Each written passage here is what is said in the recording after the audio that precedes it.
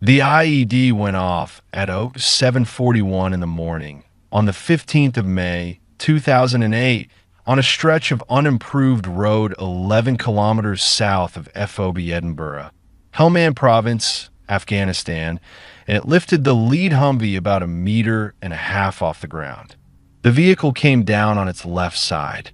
The driver, Specialist Daniel Morrison, 22, of Manchester, Kentucky, was killed instantly. The two Afghan interpreters in the back, Mohammed Rahimi and Koshal Staniksai, were killed within 90 seconds. The vehicle commander, a sergeant whose name I am not going to give because his family asked me not to, lost consciousness and would lose his left leg below the knee at Landstuhl 3 days later. The passenger in the front right seat was Special Agent Aaliyah Carter, United States Army Criminal Investigation Division. She was conscious.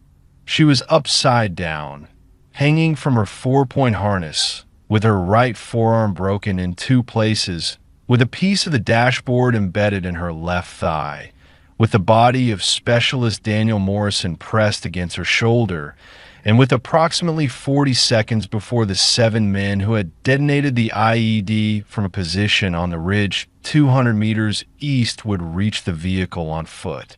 In those 40 seconds, she did 3 things. She unclipped her harness.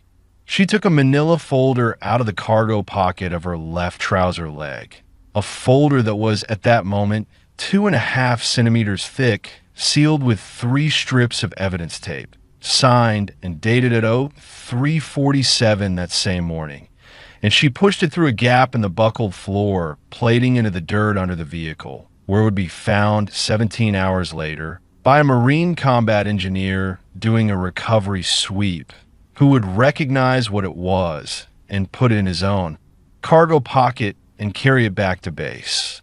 And then she took her sidearm out of its holster, ejected the magazine, ejected the chambered round, field stripped the weapon into 4 pieces, and scattered the pieces in 4 directions inside the cabin of the Humvee.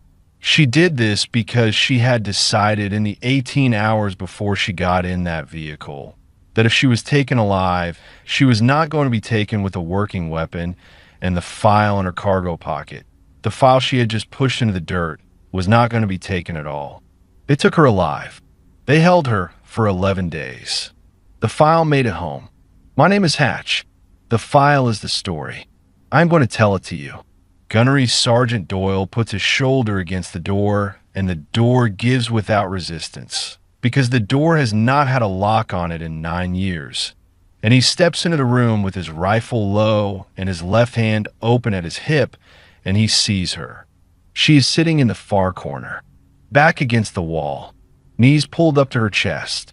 Her right hand is flat on the dirt floor next to her right hip, and her left hand is resting on top of her left knee, and she is not moving, and she is not speaking, and she is looking directly at him. Doyle stops. He has been a Marine for 16 years. He has been in this country for 14 months on this rotation, and 11 months on the last one, and 7 months on the one before that. He has cleared 240 rooms in his career, give or take, and he has found men in those rooms, and he has found weapons in those rooms, and he has found bodies in those rooms, and on 3 separate occasions he has found children in those rooms, and one time in 2005 in Ramadi, he found a goat tied to a radiator.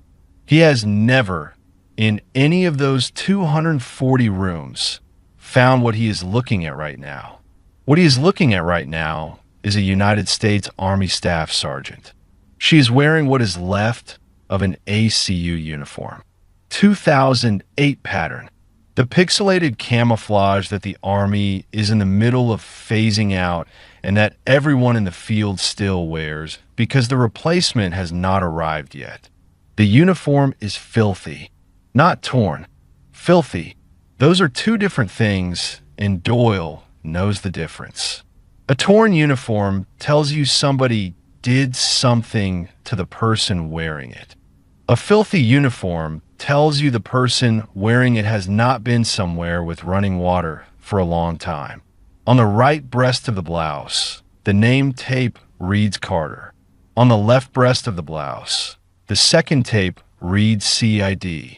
Doyle lowers his rifle. He does not sling it. He keeps his right hand on the grip. He puts his left knee on the dirt floor so that he is at her level. He keeps 4 feet of distance between them because 4 feet is the distance that says, I am here and I am not leaving and I'm also not going to touch you. He keys his radio with his left hand, offhand, without looking down. Saber 6, Saber 1. I have eyes on Carter. She is alive. She's responsive. I say again, Carter is alive. The radio answers. He does not hear the answer because he is looking at her face. She is looking back at him. She is not crying. She is not flinching. She is not shaking. Her lips are cracked, and there's a line of dried blood along the left side of her jaw that runs from her ear down to her collarbone and disappears under the collar of the blouse. Her hair is short and matted and pulled back the way Army women pull it back when they have not had a mirror in a while, which is to say by feel. There's a bruise above her right eye that is 4 days old and yellow at the edges. There's another bruise on the left side of her neck that is older than that. Her hands are clean. Her hands are clean in a way the rest of her is not. And Doyle notices this. And he will think about it later in a bunk on the FOB at 0300 in the morning, and he will not say what he thinks to anyone, ever including his wife. He says low, even the way you talk to a dog you do not know. Mom, Gunnery Sergeant Doyle, Force Recon, we have been looking for you for 11 days. You are safe. We're taking you home. She looks at him for about 3 seconds. She does not open her mouth. She lowers her eyes to her own knees. That is what she gives him. That is the entire reply.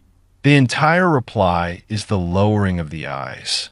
Behind Doyle, his number 2, a corporal named Bautista, 23 years old from Yuma, Arizona, on his first deployment, who is going to be the one who carries her out of this room in about 9 minutes because she will not stand up on her own and she will not let anyone but Bautista touch her, and nobody, including Bautista, will ever understand why. Bautista steps into the doorway and sees her and stops and says, under his breath, in Spanish, 3 words that I'm not going to translate, because they were not for any of us. Doyle does not turn around. Doyle says, still low, still even, Mom, I'm going to ask you one question. You do not have to answer. Are you injured in a way that we need to know about before we move you? She does not look up. She shakes her head. One time. Left, right? The smallest movement a head can make and still count as a movement. Doyle says, copy that. Thank you, ma'am. He keys the radio again. Saber 6, Saber 1. Request immediate medevac. This location, priority urgent surgical. Patient is ambulatory negative, conscious affirmative, verbal negative. Be advised, patient is CID. Patient is Carter.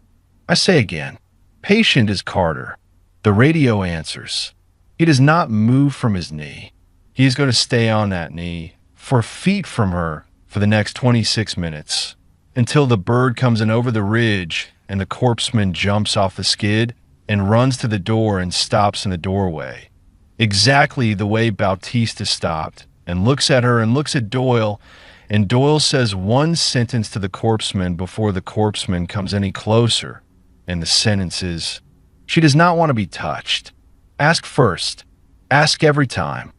The corpsman nods. The corpsman asks. She lets him. That is day 11. That is the end of day 11. What I'm going to tell you now is what happened on days 1 through 10, and what happened on day 12, and what happened on days 13 through 21 in a hospital in Landstuhl, Germany, and what happened in a debriefing room at 0914 on the morning of the 17th of June 2008, when a lieutenant colonel in a clean uniform with a clipboard and a sympathetic face leaned across a table and asked Staff Sergeant Aaliyah Carter, United States Army Criminal Investigation Division, the following question. Sergeant Carter, can you tell us what happened? And she answered him. She answered him with one sentence. The sentence is in the declassified record. I have read it. I'm going to give it to you, but not yet, because if I give it to you now, it will not weigh what it has to weigh. I am Hatch. My name is Earl Holloway. I served 30 years in the United States Marine Corps. I retired in 2009 as a master gunnery sergeant. I never met Aaliyah Carter. I have read her file, the parts of it that have been released, and I have spoken with 3 people who served with her, 2 of whom would only speak to me on the condition that I not record their voices, and 1 of whom would only speak to me on the condition that I not name him in this video, and I am honoring all 3 conditions. I'm going to tell you her story. I'm going to tell you the part of it that can be told. The 11 days between the burned Humvee on a dirt road 8 kilometers south of a forward outpost called Combat Outpost Castle and the doorway of an abandoned house in a village 40 kilometers north of where she disappeared. Those 11 days are not in this video. They are not in this video because they are not in any document I have access to, and they're not in any document anyone has access to, including the lieutenant colonel with a clipboard, and they're not, as far as I can determine, in any sentence Aaliyah Carter has spoken aloud to any human being in the 16 years since she walked out of that village on the shoulder of a 23-year-old corporal from Yuma, Arizona. Those 11 days are hers. They're not mine to tell. What I can tell you is what happened before. Staff Sergeant Aaliyah Carter, United States Army, Criminal Investigation Division, out of Charleston, South Carolina.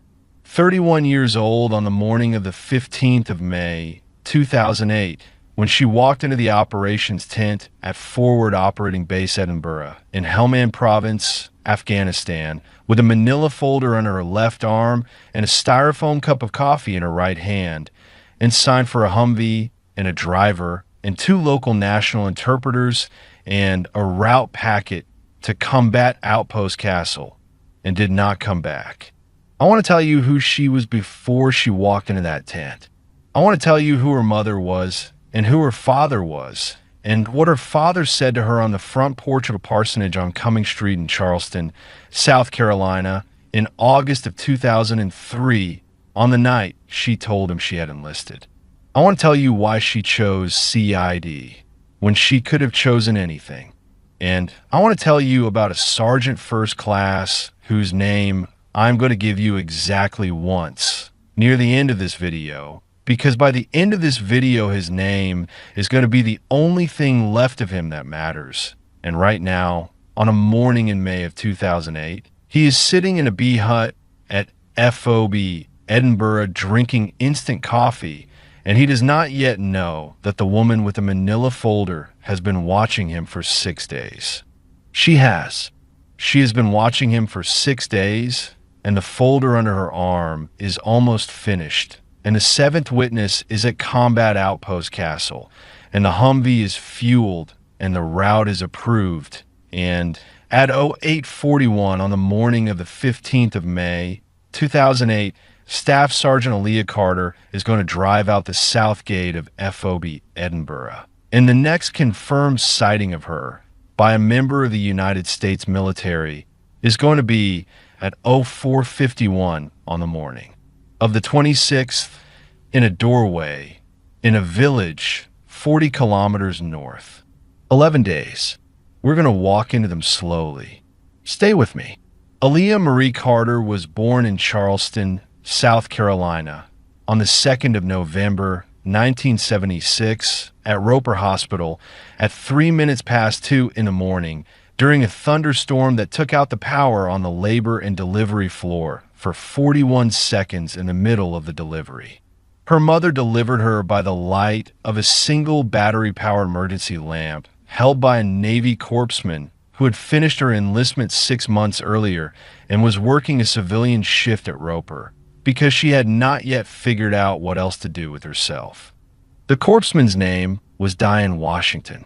Diane Washington is Aaliyah Carter's mother. She had served 4 years in the United States Navy from 1972 to 1976, the last 8 months of which she had spent aboard the hospital ship USS Sanctuary in the South China Sea on what the Navy at the time called Humanitarian Station, and what everyone aboard the ship called what is left of the war. She had come home in February of '76, 6 months pregnant, to a small apartment on Spring Street in Charleston, to a man named Marcus Carter, who was finishing his second year at the Lutheran Theological Seminary up in Columbia, and who was driving down to Charleston every weekend in a 1971 Ford Galaxy with a transmission that was about to go. Marcus Carter did not finish at the Lutheran Seminary. He transferred in the fall of '76, 2 months before Aaliyah was born, to the Methodist Seminary on Cumming Street in Charleston, because the Methodist Seminary would let him take classes in the evening, and because Diane had told him, in the kitchen of the apartment on Spring Street, with one hand on her belly and the other hand on the counter, that she was not going to raise this child by herself, and that he was going to be in the same city when she did it, or he was not going to be in her life at all. He chose the same city. He finished the Methodist Seminary in 1979. He was ordained the same year. He served as the assistant pastor at Wesley United Methodist on Cumming Street for 11 years, and as the senior pastor of the same church for the 23 years after that. And he is still, as of the production of this video, the senior pastor at Wesley United Methodist on Cumming Street in Charleston, South Carolina, 68 years old, 6'2", 190 pounds, gray at the temples, glasses he does not need, but wears anyway because his father wore them, and he has not spoken to his daughter since the morning of August 14th, 2003. I'm going to tell you about that morning. But first I have to tell you about the kitchen. The kitchen in the parsonage on Cumming Street is small. Black and white tile floor. A window over the sink that looks out onto a brick courtyard with a magnolia tree in the middle of it. A round oak table that seats 4. 2 chairs. The other 2 chairs were given away in 2001 when Aaliyah's older brother, Marcus Jr., moved out for college, and Diane decided that the kitchen looked emptier with 4 chairs and 2 people sitting in them than it would with 2 chairs and 2 people sitting in them. She was right. She is usually right about furniture. The kitchen is where Diane told her daughter in the summer of 1994, when Aaliyah was 17 years old and a rising senior at Burke High School, and had just come home from a week at a Methodist youth retreat in the North Carolina mountains, that she, Diane, had served in the Navy. Aaliyah had not known. She had grown up looking at her mother and seeing a nurse. Diane had worked at Roper Hospital for 18 years by then. She wore scrubs to work. She came home and changed into jeans. She made dinner.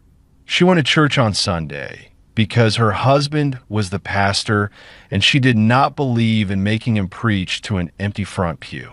She sang in the choir. She did not own anything Navy. She did not have any photographs. She did not, as far as Aaliyah knew, have any friends from that time. The conversation in the kitchen lasted 40 minutes. Diane did not tell her daughter most of what had happened on the sanctuary. She told her 3 things, and only 3 things. And those 3 things were the 3 things that Diane had decided at some point in the 18 years between Long Beach and that afternoon that her daughter was eventually going to need to hear. The first thing she told her was that a sailor had refused to let her cut his shirt off because his mother had made it. The second thing she told her was that a Marine had held her hand for 40 minutes while he died and had not asked for morphine because he thought somebody else needed it more. The third thing she told her was about a young woman, an Army nurse who had come aboard the sanctuary in March of '75 during the evacuation of Saigon on a helicopter from the embassy roof, with a Vietnamese baby in her arms that was not hers, and that she had picked up off the floor of the embassy lobby because the mother was already dead and the baby was still alive, and who had carried the baby for 41 hours straight, including through the helicopter flight, including through triage on the flight deck of the sanctuary, including through her own decontamination shower because she would not let go and nobody would make her, and who had finally sat down in the corner of a passageway on the third deck at 200 hours on the second morning, still holding the baby, and had cried for the first time, and had said to Diane, who was the corpseman who finally sat down next to her, "I do not know who she is. I do not know her name, but she is going to live, and somebody had to carry her, and the people who were supposed to carry her are not here, so I did it." Diane told Aaliyah in the kitchen on Cumming Street in 1994 that she had thought about that nurse every day for 19 years, and that she had never learned her name, and that the baby who Diane and the nurse had named Sanctuary because they had to write something on the tag had been placed for adoption in Manila, and Diane did not know what had happened to her after that. She told Aaliyah that the lesson of the sanctuary, the lesson she had taken from those 8 months and from the rest of her life, was that the work was not about the people who were supposed to do it. The work was about whoever was actually there. Aaliyah was 17. She listened. She did not say anything for a long time. Then she said, "Mama, why are you telling me this now?" And Diane said, "Because you are about to be old enough to choose, and I want you to know there are more things to choose than your father is going to tell you about." Aaliyah did not say anything to her father about the conversation. Diane did not say anything to him either. Marcus Carter did not, as far as I have been able to determine, ever know that the conversation took place, and he does not know about it now. And if he ever sees this video, which I doubt he will because he does not watch YouTube, and the people in his congregation who do watch YouTube would not show this to him, he's going to learn it from a stranger 14 years after his wife's death. And that is a sentence I am not happy to say, but I'm going to say it because it is true. Diane Washington Carter died of pancreatic cancer in the fall of 2010. She lived to see her daughter become a CID special agent. She did not live to see what happened in Helmand. I'm going to come back to Diane. I'm going to come back to her because she is the second most important person in the first half of this story, and you have not heard the last of her. But I have to get to the porch. The porch is on Cumming Street. It is the front porch of the parsonage. It is wood, painted gray, with a railing of 2x4s that Marcus Carter painted himself every other spring because the heat in Charleston takes the paint off everything that is not under a roof. There is a swing on the left side of the porch. There are 2 rocking chairs on the right side. There is a doormat that says "Welcome" in faded brown letters. There is a magnolia branch from the courtyard tree that hangs over the right corner of the porch in such a way that anyone over 6 feet tall has to duck when they come up the steps. Marcus Carter is 6'2". He has ducked under that branch 4 times a day for 37 years. He has never trimmed it. I do not know why. I'm not going to speculate. It is the morning of August 14th, 2003. Aaliyah Carter is 26 years old. She has graduated from the University of South Carolina with a degree in criminology in 2001. She has spent the 2 years since graduation working as a juvenile probation officer for Charleston County. She is good at the job. She is, by the assessment of her supervisor, a woman named Patricia Lott, who is going to come back into this story exactly one time. Near the end, the best juvenile probation officer the county has had in 15 years. She has been offered a promotion to senior caseworker that would put her on track for a deputy director position within 5 years. She has turned down the promotion. She has turned down the promotion because 2 weeks ago, she went to the Army recruiter on Rivers Avenue and she signed the paperwork, and she shipped a copy of the contract to her mother at her mother's office at Roper Hospital. And her mother had called her that evening and had said only one sentence, which was, "I will tell your father." "You do not have to." Aaliyah had said, "No, Mama, I have to." So now is the morning of August 14th, 2003, and Marcus Carter is sitting on the porch swing with his coffee. And Aaliyah comes out the front door of the parsonage in jeans and a white t-shirt.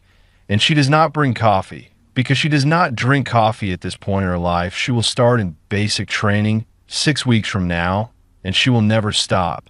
And she sits down in the rocking chair on the right side of the porch, the one closest to her father, and she does not rock it. And she says, "Daddy." He says, "Baby." She says, "I enlisted." He does not say anything for about 11 seconds. Then he says, "In what?" She says, "Army. I leave for Fort Jackson on the 29th.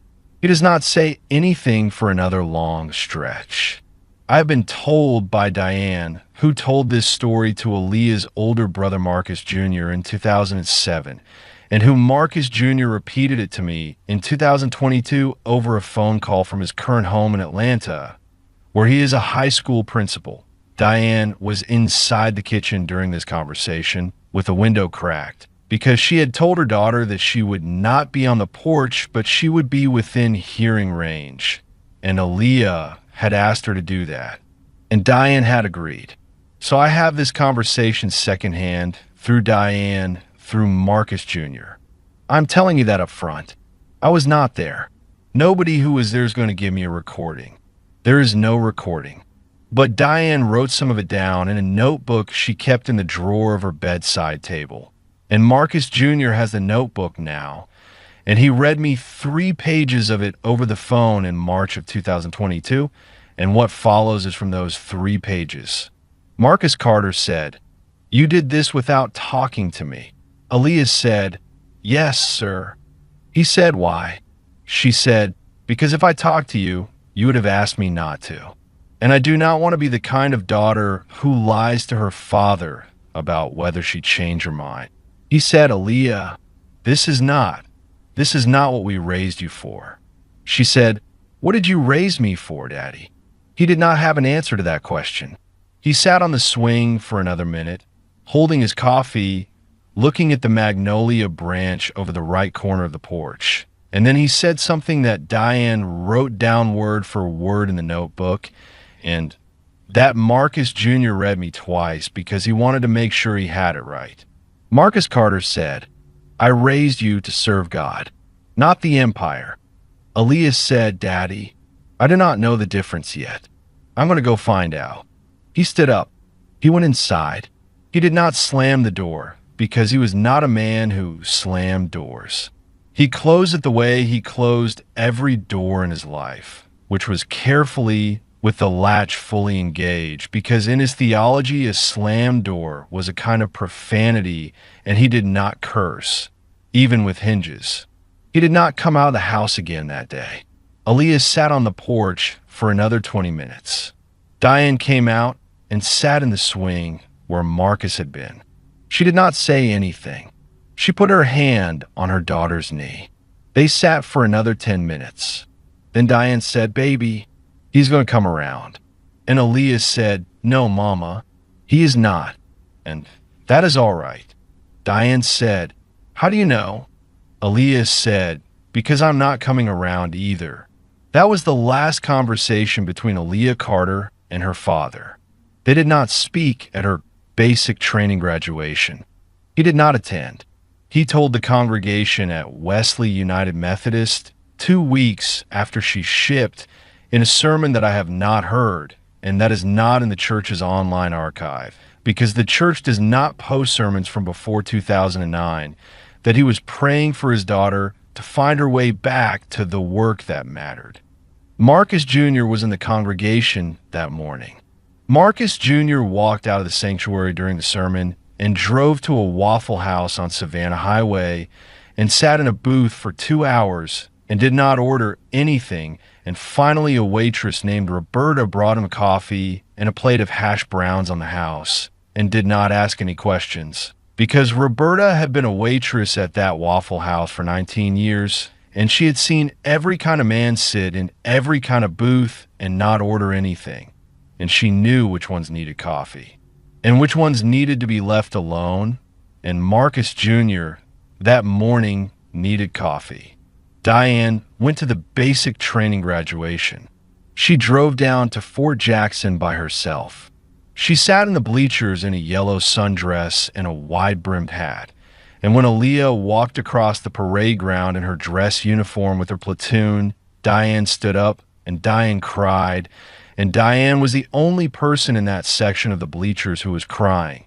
And the woman sitting next to her, another mother, a white woman from Ohio whose son was 3 platoons over, handed her a tissue and did not say anything because she did not need to.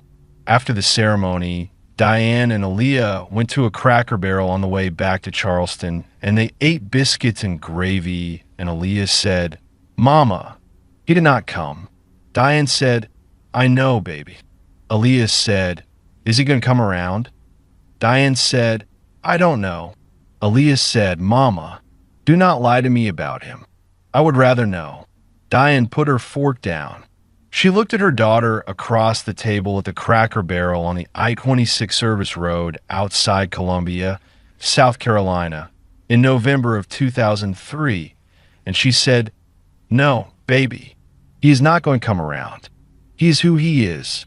I have been married to him for 27 years. He loves you. He is also not going to come around. Both things are true." Aaliyah said, "Okay." Diane said, "I am not him." Aaliyah said, "I know, Mama." Diane said, "I'm going to be at every graduation. I'm going to be at every promotion. I'm going to be on the other end of the phone every time you call. I'm going to be there. Do not confuse him with me." Aaliyah said, "Yes, ma'am. That is the family Aaliyah Carter came from. A mother who served and who told her the 3 stories from the hospital ship and who carried her down to Fort Jackson alone in a yellow sundress, and who was on the other end of every phone call for 7 years until the cancer in 2010. A father who closed the door carefully. An older brother who walked out a sermon and sat in a Waffle House. That is the porch she left from in August of 2003. I am telling you about the porch because in November of 2005, in a CID training course at Fort Leonard Wood, Missouri, an instructor, a retired CD special agent named Donald Reeves, who had served 22 years in the Army and another 14 as a civilian instructor, and who is 61 years old now, and who I have spoken with twice. Reeves asked a class of 23 trainees on the first morning of week 1, the question he asked every class on the first morning of week 1, which was, "Why did you put in for CID?" He went around the room. Most of the trainees gave the standard answers. They wanted to do investigative work. They were interested in criminal justice. They had family in law enforcement. One of them, a male sergeant from Texas, said he watched a lot of NCIS reruns, and the room laughed, and Reeves laughed, and Reeves wrote in his notebook next to the sergeant's name a small symbol that meant, in his personal shorthand, "Will wash out by week 6. The sergeant washed out by week 6. When Reeves got to Aaliyah Carter, she said, "Because the work is not about the people who are supposed to do it. The work is about whoever is actually there." Reeves stopped writing. He looked up. He said, "Specialist Carter, where did you get that sentence?" She said, "From my mother. She got it from an Army nurse on the USS Sanctuary in March of 1975. Reeves did not write anything next to her name in his notebook for the rest of the day. He told me, in March of 2022, on a phone call from his retirement home in Branson, Missouri, that he had taught CID trainees for 14 years and had heard somewhere between 800 to 1,000 answers to that question, and that Aaliyah Carter's answer was the only one he ever remembered word for word, and that he had known in the moment she said it. That she was either going to be the best agent he ever trained or she was going to break in a way that nobody was going to be able to put back together. He said, "It turned out to be both. I did not expect that. I should have. I am going to come back to Reeves. Right now I have to take you to Helmand. It is the morning of the 9th of May, 2008. 6 days before Aaliyah Carter signs for the Humvee and the driver and the two local interpreters and drives out the south gate of FOB Edinburgh. 6 days before, she's in a bee hut on the east side of the FOB. The bee hut is a plywood structure approximately 16 feet by 32 feet, with two doors for windows and a corrugated metal roof. It is divided into 8 personal compartments by hanging blankets. Hers is the second compartment on the right. She has a cot. She has a footlocker. She has a folding camp chair. She has a small wooden desk that she built herself out of a discarded MRE crate and 2 2x4s she scrounged from the engineering yard. And the desk is, at this moment, 8:47 in the morning Hellman time, covered with paper. The paper is the file.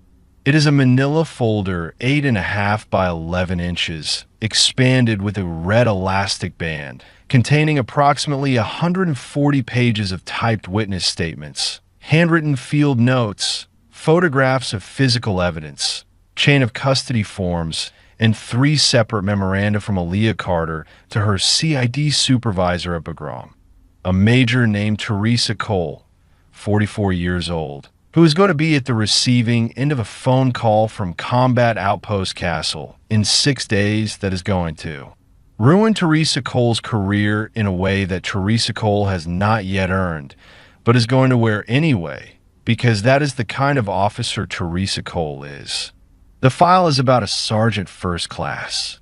I'm not going to give you his name yet. The file contains statements from 6 women. 3 of them are Army. 2 of them are Air Force, attached to the same FOB for liaison duties. One of them is a civilian contractor, a logistics specialist with KBR, 28 years old, from Beaumont, Texas, who had been on the FOB for 14 months and who had gone to Aaliyah 3 weeks earlier in the Chow Hall at 2100 hours and had sat down across from her with a tray of food she did not eat and had said, "Are you the CID lady?" Aaliyah had said, "I am Special Agent Carter." Yes, the KBR specialist had said, "I need to tell you something, and I need you to tell me right now if you're going to make me say it twice." Aaliyah had said, "I'm going to make you say it once. In a room, on a recording, with your lawyer if you want one, and a victim advocate if you want one, and a chaplain if you want one, and a friend if you want one. Whatever you want in that room, I will get in that room. But I'm going to make you say it once." The KBR specialist had said, "Okay." She had said it once. 2 days later, in a conference room in the JAG office on the west side of the FOB, with a victim advocate from Bagram on a VTC and a chaplain, Leah had personally vetted sitting outside the door and no lawyer because the KBR specialist had said she did not want one. And she had said the thing she had come to say, and it had taken her 41 minutes to say it. And at the end of it, she had asked Aaliyah one question, which was, "Are you going to believe me?" And Aaliyah had said, "I already do. The question is whether I can prove it. Give me 3 weeks." It is now 22 days later. Aaliyah is in her bee hut. The file is on the desk. There are 6 statements. There are 3 photographs of bruising that were taken by a Navy corpsman at a different FOB because Aaliyah did not trust the medical staff at FOB Edinburgh, which is a sentence I want you to remember because the reason she did not trust the medical staff at FOB Edinburgh is going to matter in 11 days. There are 2 phone records.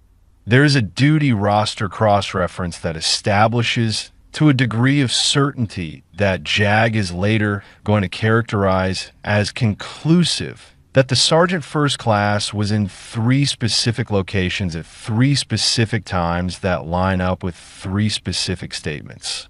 The file is not finished. There is a seventh witness. The seventh witness is at Combat Outpost Castle, which is a forward outpost in southern Helmand Province, approximately 91 kilometers south of FOB Edinburgh by road, 64 kilometers by direct line. The seventh witness is a specialist named, and I'm going to call her by a pseudonym for this video, because she is still alive, she is still serving, and she has asked through an intermediary that her real name not be used. I'm going to call her Specialist Reyes. Specialist Reyes is 22 years old. She has been at Combat Outpost Castle for 9 months.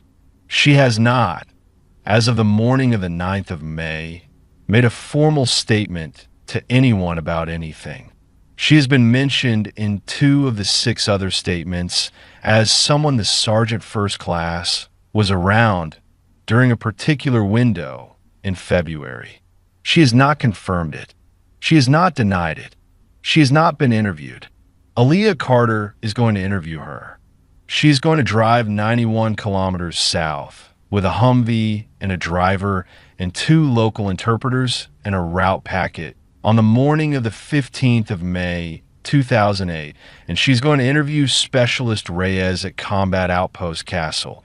And the interview is scheduled for 1,400 hours, and the round trip is plotted to bring her back to FOB Edinburgh by 2,100 the same day. And the file is going to be complete by 2,300 the same day, and the warrant is going to be requested through Major Cola Bagram by 0600 the next morning, and the Sergeant First Class, who is at this moment 8:47 in the morning on the 9th of May, sitting in the chow hall on the other side of the FOB, drinking instant coffee and eating reconstituted eggs 340 meters from the B hut, where his file is on a desk. The Sergeant First Class is going to be in CID custody by noon on the 16th. That is the plan. The plan does not survive contact, but the file does. The file survives. I want you to understand how.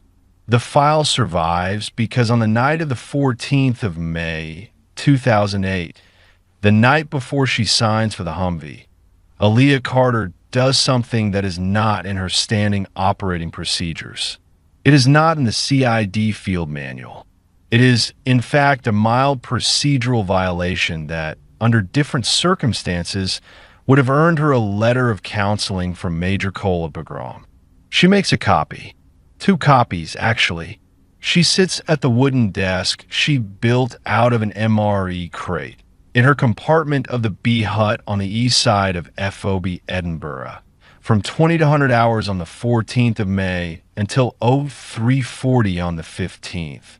5 hours and 40 minutes. And she photocopies every page of the file on a small portable copier she has signed out from the JAG office on the pretext of duplicating witness consent forms. She does not duplicate witness consent forms. She duplicates everything. 140 pages. Twice. She makes a master copy. She makes a backup. She puts the master copy back in the original manila folder with a red elastic band. And she puts the folder in the bottom drawer of the small wall locker in her compartment. And she padlocks the locker. And she puts the key on the chain around her neck where she keeps her dog tags. She puts the backup copy in a second folder. A second manila folder, identical to the first, 8.5 by 11, expanded with a red elastic band. She seals it with 3 strips of evidence tape across the open edge. The red tape, the kind that tears if you try to lift it. She signs the tape. She dates the tape. She writes, in her own handwriting, across the front of the folder, 3 lines. SID case file. Active SA Carter, investigating if found.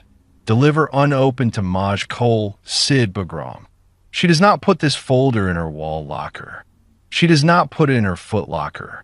She does not put it in the safe in the JAG office, which is where it is supposed to go. She walks across the FOB at 0347 in the morning in PT shorts and a brown t-shirt and shower shoes. with a sealed folder under her left arm, and she goes to a B hut on the west side of the FOB, a different B hut 300 meters from hers, and she knocks on the door. The door is opened by a woman. The woman is 43 years old. She's an Air Force Senior Master Sergeant. Her name, for the purposes of this video, is going to be Senior Master Sergeant Holloway. No relation to me, a coincidence of surnames that I am noting because viewers are going to ask. I have never met her. I have spoken to her once on the phone in February of 2023 for 41 minutes, and she has given me permission to tell this part of the story on the condition that I not give her real name and that I not describe her appearance and that I not name the unit she was attached to at FOB Edinburgh. I am honoring all three conditions. Senior Master Sergeant Holloway is one of the 6 women whose statements are in the file. She is one of the 3 Air Force witnesses. Her statement runs 11 pages. It is, in Aaliyah Carter's assessment, the strongest of the 6, not because of what is in it, but because of who Senior Master Sergeant Holloway is.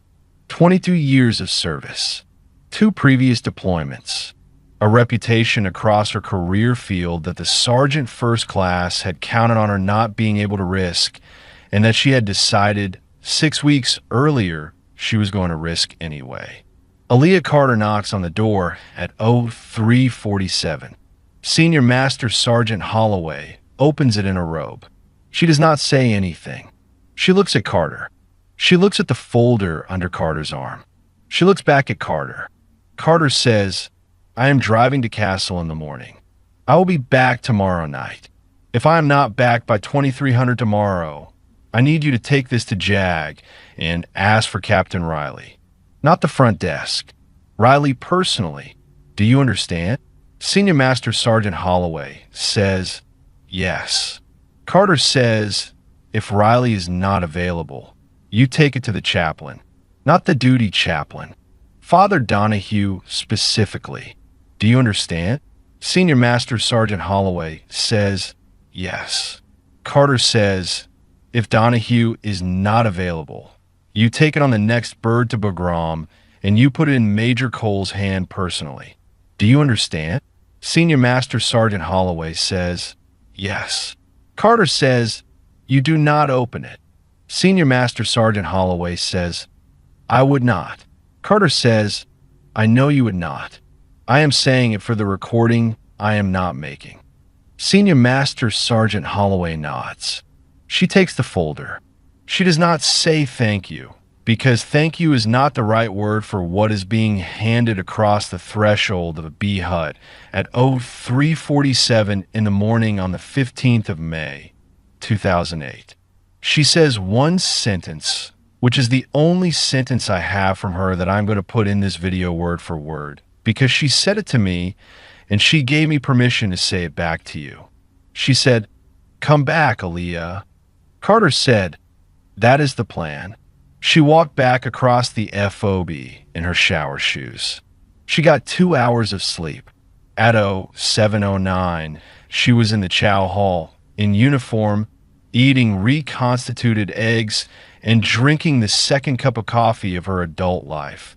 She had started the first cup 6 weeks in a basic training in 2003, and at this point she was drinking 3 a day. Black, no sugar, the way her mother drank it, the way the Army taught everyone to drink it eventually. The Sergeant First Class was in the chow hall too. He was 4 tables away. He nodded to her. She nodded back. She did not look at him for longer than a second and a half. He did not look at her for longer than that either. That was their entire interaction on the morning of the 15th of May, 2008. It was the last time he saw her in person. The next time he saw her 11 months later was in a courtroom at Bagram Airfield during the Article 32 hearing, when she walked in wearing Class B uniform and sat at the prosecution table and did not look at him, not once, for the entire 3 days of the hearing. And he watched her the whole time, and she did not give him the dignity of acknowledging that he was in the room. That is documented in the transcript. The Article 32 investigating officer noted it in his summary report. He wrote, and I have a copy of this report because parts of it are unsealed. The investigating agent, Special Agent Carter, declined throughout the proceeding to make eye contact with the accused. The investigating officer interprets this not as discomfort, but as a deliberate professional posture. Deliberate professional posture. That is one way to say it. The other way to say it is that she had already given him everything she was ever going to give him, and she had given it to him in the form of a 140-page file, and she was not going to give him her eyes on top of it. But we are getting ahead of the story. It is 0740 on the 15th of May, 2008, and Staff Sergeant Aaliyah Carter walks out of the chow hall at FOB Edinburgh, and she walks across the gravel of the motor pool, and she signs for a Humvee, bumper number E12, and she signs for a driver, a specialist named Daniel Morrison, 21 years old, from a small town in eastern Kentucky called Manchester, on his first deployment, 6 weeks in country, who has driven the route to combat outpost Castle 4. Times already, and who is, according to the assessment of his platoon sergeant, one of the best wheelmen in the company, calm under fire, does not freeze. She signs for 2 local national interpreters, both vetted by S2, both wearing the orange reflective belts that mark them as approved auxiliary personnel. She signs for a route packet. She signs for 2 cases of bottled water, 3 days of MREs, a first aid kit, a medical jump bag, an extra basic load of 5.56 ammunition for her M4 and for Morrison's M4, and a satellite phone with a fresh battery. She does not sign for the file. The file is still in the wall locker, padlocked, in the second compartment on the right of the B hut on the east side of the FOB. The copy of the file is in Senior Master Sergeant Holloway's B hut, sealed in a manila folder with 3 strips of evidence tape across the open edge. The Sergeant First Class does not know either folder exists. He thinks the only documentation of his case is what Aaliyah Carter is carrying with her, and she is not carrying any of it. She is carrying her sidearm, her rifle, her body armor, her helmet, her notebook with the cover question for Specialist Reyes written on the first page in pencil, and a pen. That is everything she takes out the south gate of FOB Edinburgh at 0841 on the morning of the 15th of May, 2008. The Humvee turns south on Route Cowboys. The convoy, Carter's Humvee, plus a second Humvee carrying a 4-man security element from Charlie Company, 2-6 Infantry, attached to her movement at the insistence of the FOB commander, disappears around the first bend in the road at 0843. The next sighting of Aaliyah Carter by anyone in the United States military is at 0451 on the morning of the 26th, in a doorway, in a village, 40 kilometers north of where she was supposed to be going. I am going to tell you what happened on Route Cowboys between 0843 and approximately 1015. The window in which her convoy was ambushed and her Humvee was burned and her driver was killed and her 2 interpreters were killed and she was taken. And I'm going to tell you what the Marine recon team that found her on the morning of the 26th was able to determine from the scene and from the village and from what the village would not tell them. I'm not going to tell you what happened in between. I want to be clear about that one more time before we go further. I'm not going to speculate. I'm not going to imply. I'm not going to use language that suggests I know. The 11 days are hers. The doorway is where she came out of them. The doorway is the only side of those 11 days I have the right to stand on. And that is the side I am standing on for the rest of this video. Now, I'm going to take you to Route Cowboys. But before I do, I want to tell you one more thing about the file. I want to tell you about it because it is the part of the story that almost did not happen And the part that almost did not happen is usually the part that matters most. When Senior Master Sergeant Holloway received the sealed folder at 03:47 on the morning of the 15th, she did exactly what Aaliyah Carter had asked her to do. She put it in her own wall locker. She padlocked the locker. She kept the key on her person for the next 36 hours. At 2300 on the 16th of May, the deadline Carter had given her, she opened the locker, took out the folder, put on her uniform blouse, and walked across the FOB in the dark to the JAG office. Captain Riley was not a JAG. Captain Riley had been called to Bagram 3 days earlier for a different matter and was not expected back for 48 hours. Senior Master Sergeant Holloway went to the chapel. Father Donahue was not in the chapel. Father Donahue was 3 FOBs away, conducting a memorial service for a Marine corporal who had been killed by an IED on the 14th. Senior Master Sergeant Holloway went back to her bee hut. She sat on the edge of her cot for 41 minutes with the folder on her lap, and she thought about whether the next bird to Bagram was the right move or whether she should wait for Riley to come back. She thought about it the way a senior master sergeant with 22 years in the Air Force thinks about a decision like that, which is to say, she made a list in her head of who had what authority and who would do what with the folder if it landed on their desk, and who, in particular, was going to ask her questions she was not prepared to answer about why she had it in the first place. At 00:44 on the morning of the 17th, she made her decision. She walked across the FOB to the TOC. She did not give the folder to the duty NCO. She asked for the senior officer on duty. The senior officer on duty was a lieutenant colonel from the brigade S3 shop named Lieutenant Colonel Markham, 46 years old, an infantry officer with a reputation for being humorless and fair in roughly equal measure, who I have not been able to interview because he died of a heart attack in 2017, but whose actions that night are documented in the operations log of the FOB Edinburgh TOC, which was declassified in 2020. Senior Master Sergeant Holloway handed Lieutenant Colonel Markham the sealed folder, and she said, "Sir, Special Agent Carter is overdue. She instructed me to hand this to JAG. JAG is not available. She instructed me to hand it to the chaplain. The chaplain is not available. She instructed me to hand it to Major Cole at Bagram. I cannot reach Bagram tonight. I am handing it to you.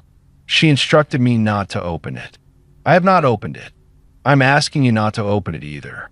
I am asking you to put it in your personal safe until Major Cole can be reached in the morning." Lieutenant Colonel Markham looked at the folder. He looked at the tape. He looked at the signature on the tape. He looked at Senior Master Sergeant Holloway.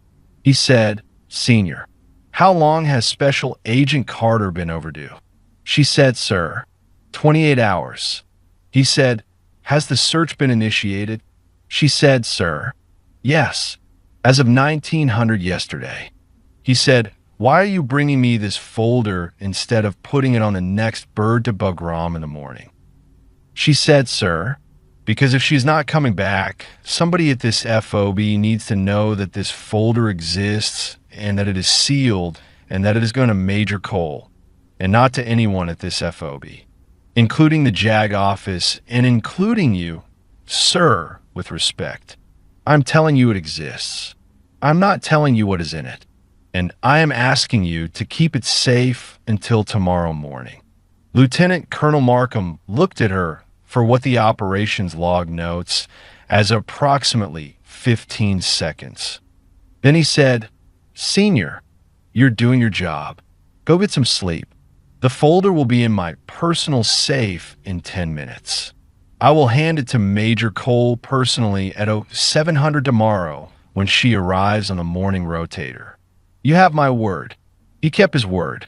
At 07:04 on the morning of the 17th of May, 2008, Major Teresa Cole, CID, Bugram, stepped off a UH-60 at FOB Edinburgh, was met on the LZ by Lieutenant Colonel Markham personally, and was handed the sealed folder before her boots had been on the gravel for 90 seconds. She opened it in the TOC at 7:19. She read it by herself in a back office with the door closed for the next 2 hours and 11 minutes. She came out of the office at 09:30. She walked to the JAG hut.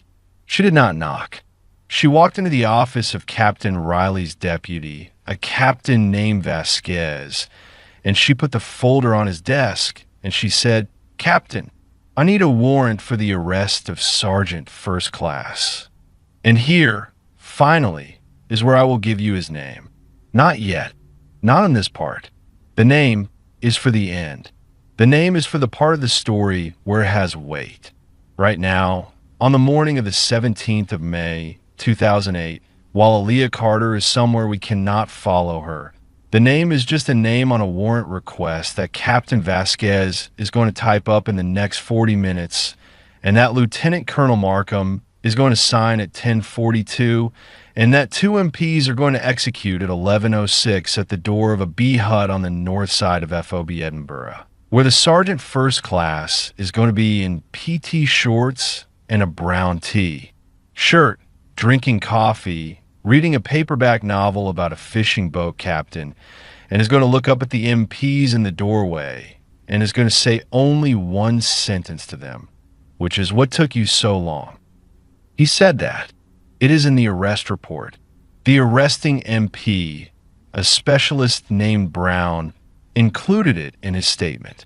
The Article 32 investigating officer noted it in his summary. The trial counsel referenced it in opening argument at the court-martial. It is on the record. What took you so long? That is the only thing he ever said about the case on the record before he was advised of his rights and elected to remain silent, and remained silent for the next 11 months until the day of his sentencing, when he stood up to make a statement before sentence was imposed and said 3 sentences which I am not going to put in this video because they do not deserve to be in it. Make of that what you will. Now, Route Cowboys. It is 08:43 on the morning of the 15th of May, 2008, and a Humvee designated E12 has just disappeared around the first bend in the road south of FOB Edinburgh. And Specialist Daniel Morrison, 21 years old, from Manchester, Kentucky, is driving, and Staff Sergeant Aaliyah Carter is in the right seat with her notebook open on her lap, and the 2 interpreters are in the back, and somewhere ahead of them, between kilometer marker 8 and kilometer marker 12 on a stretch of road that on a sand table briefing 2 days earlier had been assessed by the S2 as moderate threat, no recent enemy activity, for men with 1 RPG, 2 AK-47s, and 1 improvised explosive device buried under a culvert are waiting. They have been waiting since 0400 that morning. They are not waiting for her specifically, but they are waiting for the next American vehicle to come down that road, and the next American vehicle to come down that road is hers. And that is how the next 92 minutes are going to go. And that is how Specialist Daniel Morrison is going to die. And that is how 2 local national interpreters, whose names I have, but whose families have asked me not to use them, are going to die. And that is how Staff Sergeant Aaliyah Carter is going to disappear for 11 days. I want to tell you what happened on that road. I want to tell you slowly, because the speed at which an ambush happens and the speed at which the rest of a person's life happens after it, those are 2 different speeds, and Hatch has been telling stories long enough to know that you do not get to honor the second one without slowing down for the first. So, kilometer marker 8, 09:51, the road bends to the southwest around a low ridge of dun-colored hills, and Specialist Morrison taps the brakes because he has driven this road 4 times and he knows the bend, and on the other side of the bend the road drops into a wadi for about 100 meters before climbing back out. And the wadi is the place on every route packet that gets a little red circle drawn around it in the briefing. because the wadi is where you would put an IED if you're going to put an IED in everyone. And the convoy knows it. The security Humvee is 150 meters behind them. That is doctrine. That is the spacing. Carter looks up from her notebook. She says, "Morrison." He says, "Yes, ma'am." She says, "Slow it down another 5." He says, "Yes, ma'am." He slows it down another 5.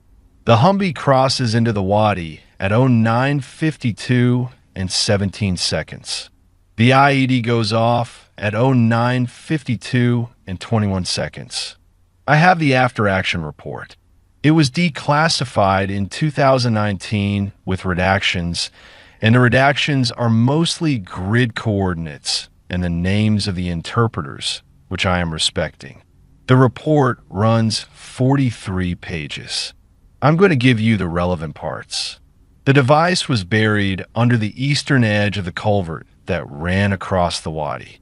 It was constructed from 2 155mm artillery shells, daisy-chained, with a pressure plate initiator made from 2 strips of saw blade, separated by foam rubber. The device was placed no earlier than the night of the 14th, because a route clearance package had swept the wadi at 16:30 on the 14th and had found nothing. The pressure plate was triggered by the front right tire of Humvee E12. The detonation lifted the front right corner of the vehicle approximately 1 meter off the road surface. The Humvee rotated approximately 35 degrees on its long axis and came to rest on its right side, against the western wall of the wadi. The front right tire and the front right portion of the frame were no longer attached to the vehicle. The windshield was intact. The right rear door was no longer attached to the vehicle. The 2 interpreters in the back, who had not been wearing seatbelts because the back of an up-armored Humvee is not really built for seatbelts to matter, were ejected. One of them was killed by the detonation directly. The other was killed in the seconds that followed by small arms fire from the high ground on the eastern side of the wadi, where the 4 men with the RPG and the 2 AK-47s had been waiting since 0400. Specialist Daniel Morrison was killed by the detonation. The report uses the phrase catastrophic injury inconsistent with survival. That is the Army's way of saying it.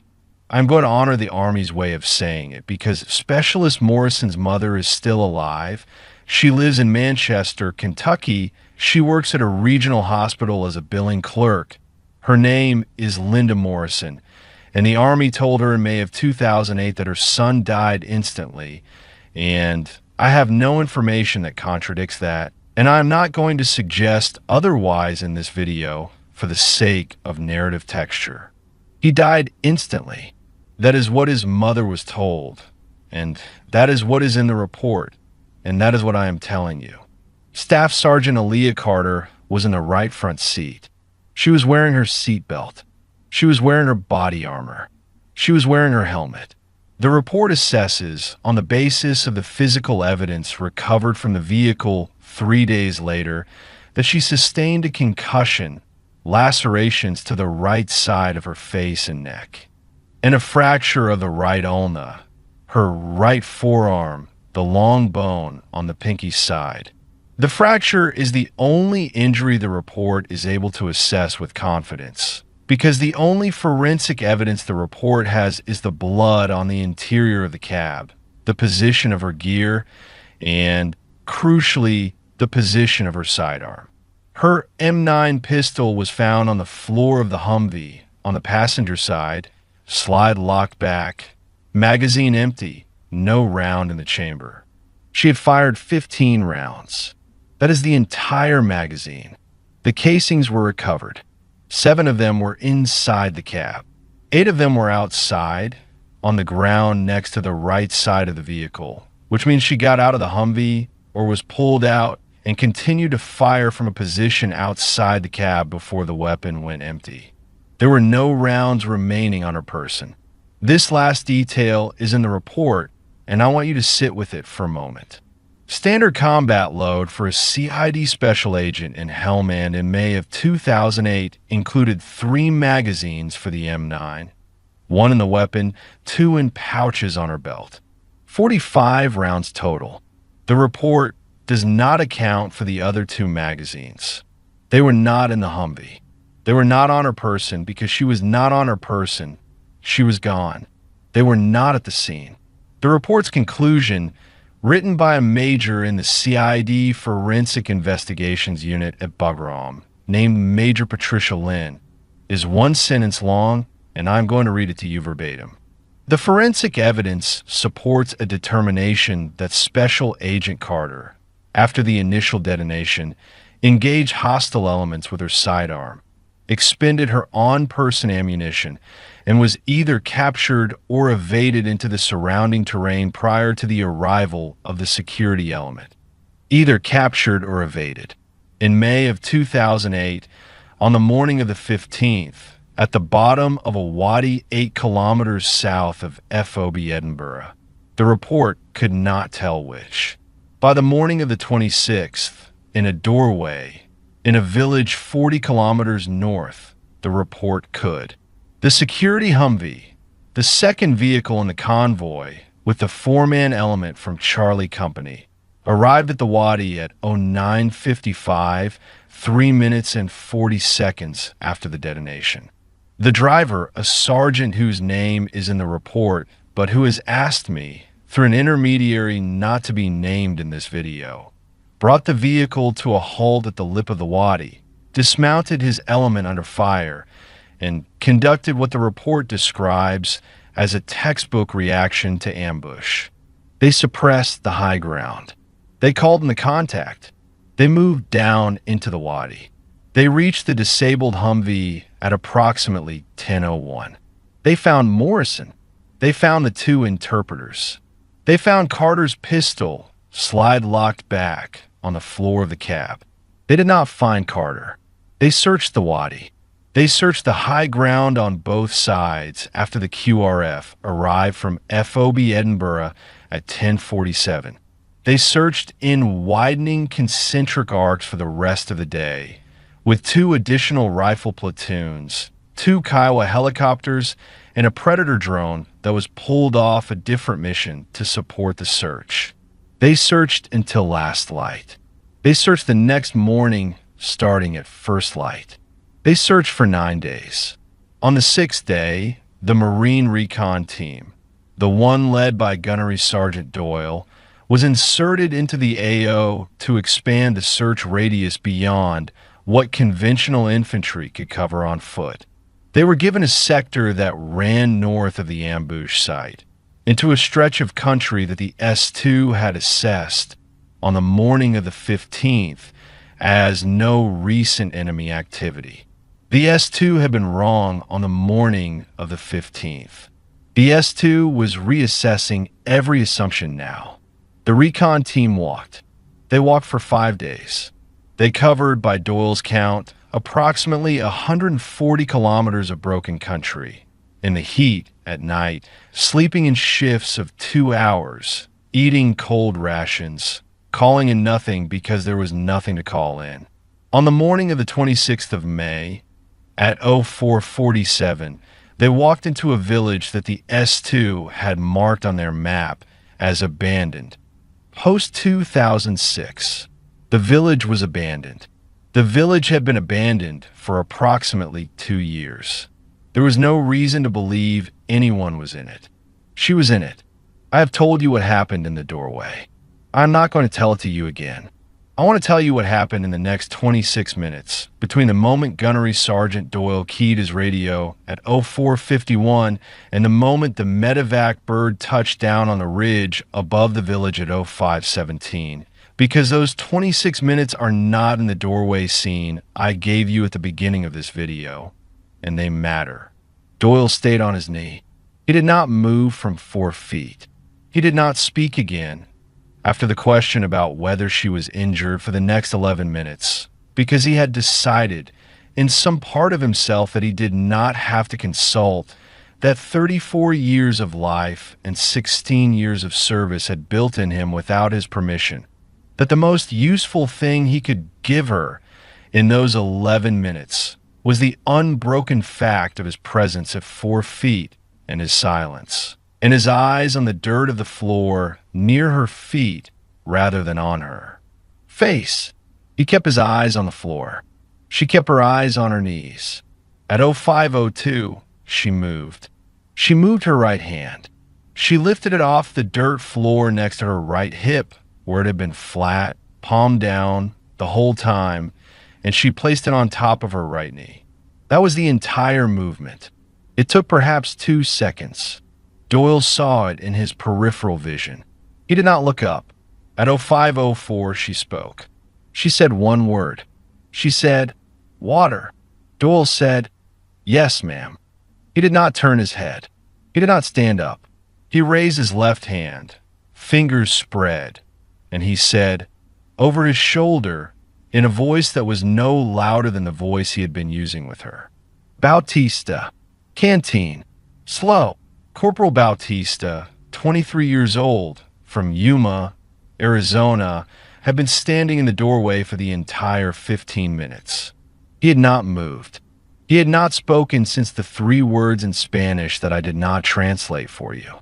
He unscrewed the cap of his canteen, slowly, deliberately, so that the unscrewing was audible, so that there were no surprises, and he walked into the room at the pace of a man walking through a minefield, which in some respects he was, and he stopped at Doyle's left shoulder, and he extended the canteen forward, past Doyle toward the woman in the corner. He did not extend it all the way to her. He held it out at arm's length at the midpoint between Doyle's position and hers, so that she would have to reach for it. This was not a procedure he had been taught. This was something he understood in the moment that I am not going to try to explain because I do not entirely understand it myself, except to say that Corporal Bautista had grown up in a house in Yuma with a grandmother who had survived something, and his grandmother had taught him without ever telling him she was teaching him that there is a difference between giving a thing to a person and putting a thing within their reach, and that for certain people, on certain days, only the second. One is bearable. Aaliyah Carter reached for the canteen. She reached with her left hand, her right arm, the one with the ulna fracture, 11 days old, set by nobody, healed by nobody, splinted by nothing. She kept against her side. She took the canteen in her left hand. She drank. She did not gulp. She drank in measured sips, the way a person drinks when they have learned the hard way in the 11 days I'm not telling you about, that gulping water you have not had in a while is a mistake your body will make you pay for. She drank for about 40 seconds.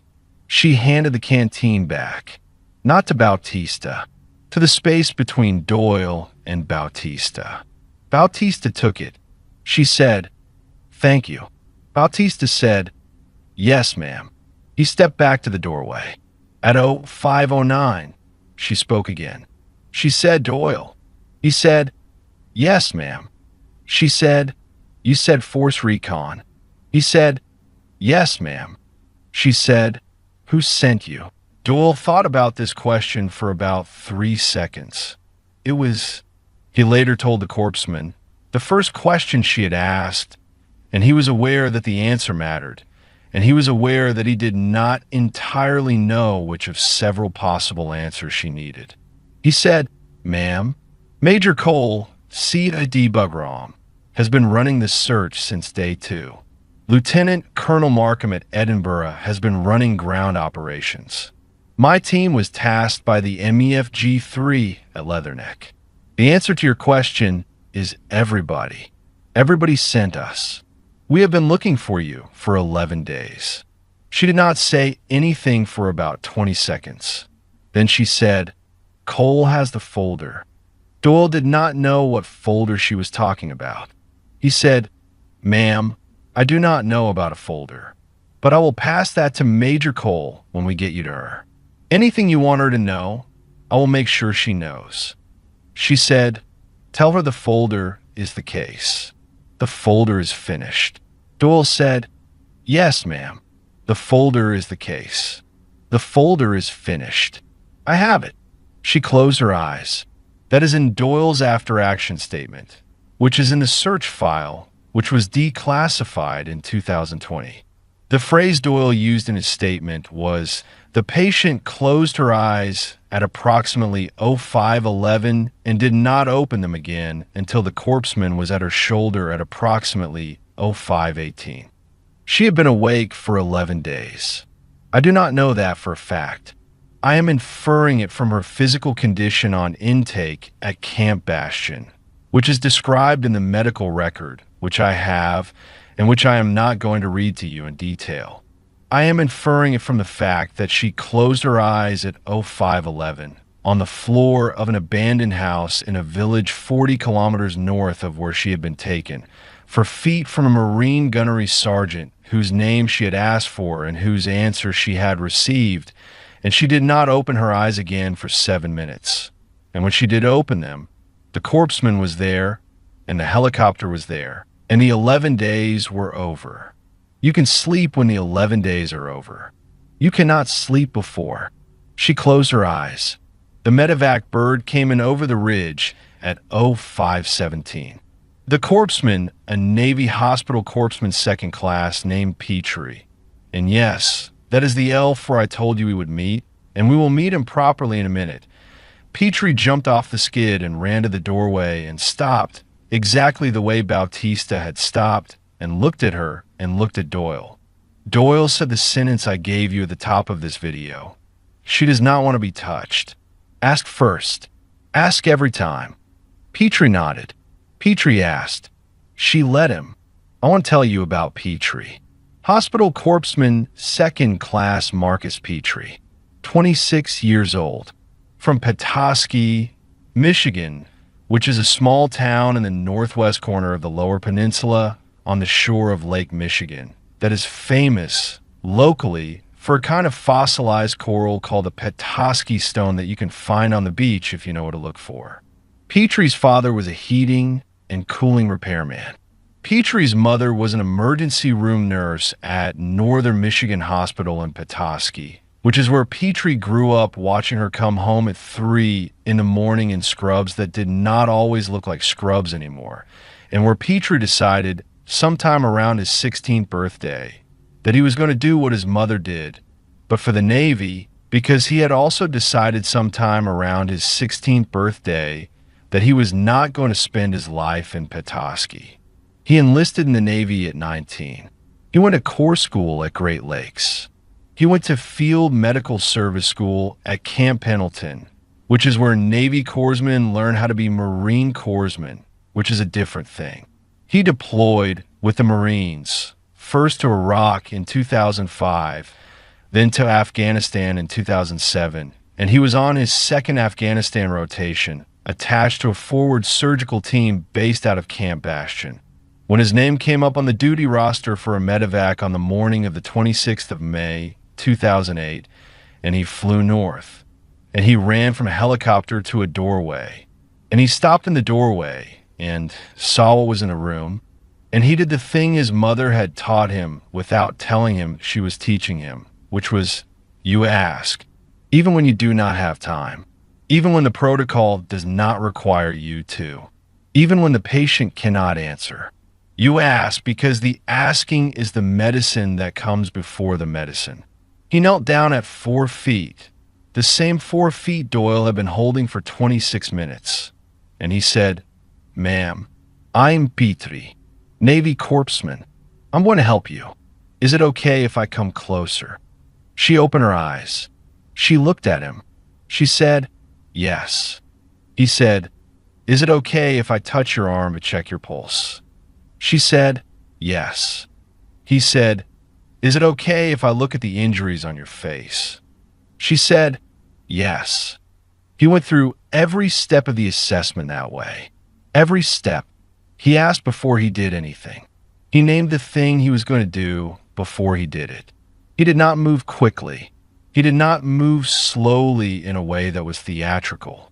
He moved at the pace of a man doing his job, which happened on that morning in that room to be the pace she could bear, and Petrie understood that not because the Navy had taught him to understand it, but because his mother had come home in scrubs at 3 in the morning for the first 18 years of his life and had taught him, mostly by example, that there are patients you treat with skill and there are patients you treat with skill and grace. And the second category is harder, and the second category is what the job actually is on the days that matter.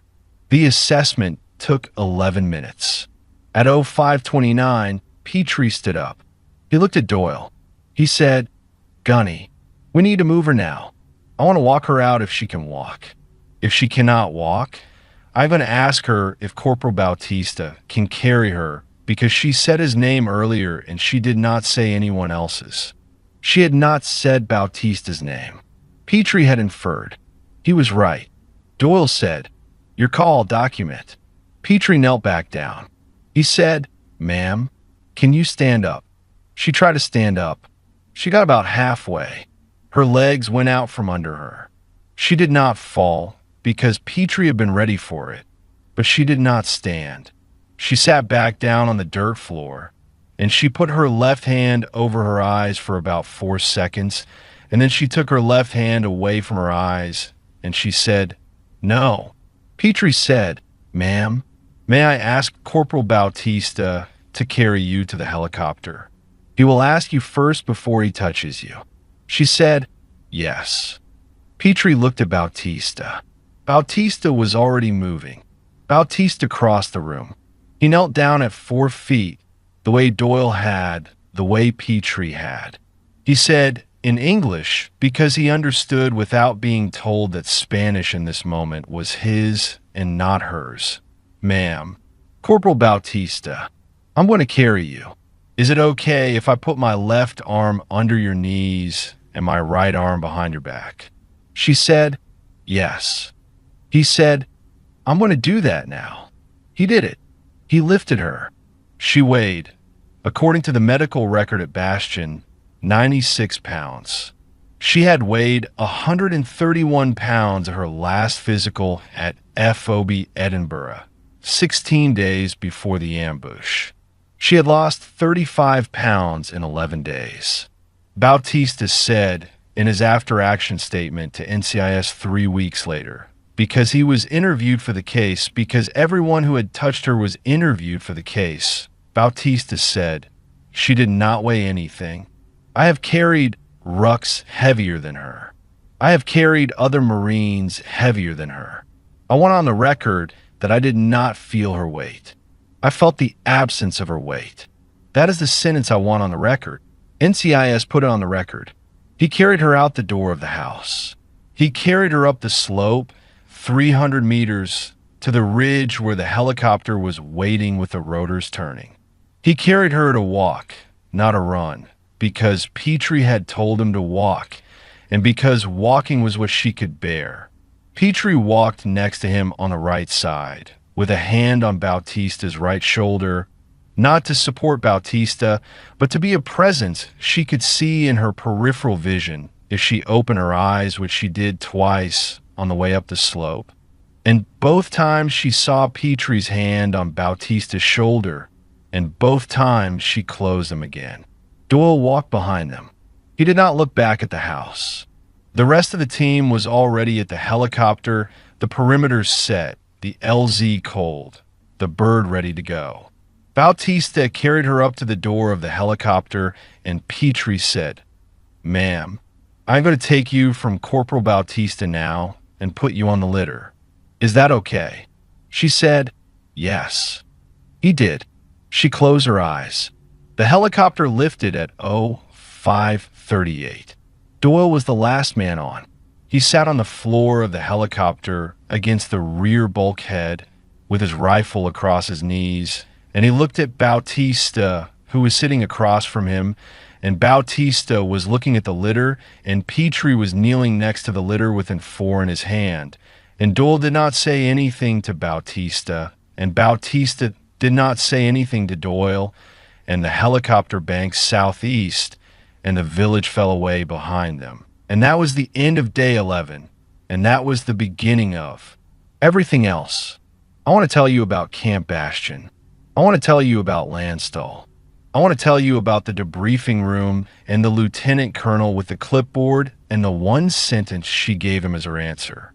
I want to tell you about the Article 32 hearing in the courtroom and the file Major Cole had been reading since 0719 on the morning of the 17th.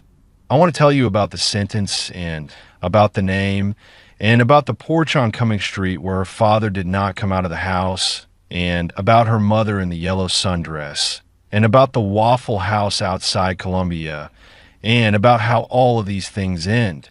I want to tell you because Hatch does not leave you in the helicopter. Hatch lands the helicopter. So, Camp Bastion. The bird touched down on the medical pad at Camp Bastion at 0614 on the morning of the 26th of May, 2008. The forward surgical team was waiting. Petrie handed off the patient at the door of the trauma bay, gave the receiving doctor a 30-second verbal report, and stood back. He did not go into the bay. Corpsmen do not go into the bay. The bay is for the doctors and the nurses and the receiving team. Petrie's job on this run was done. He went outside. He sat down on the gravel next to the helicopter pad.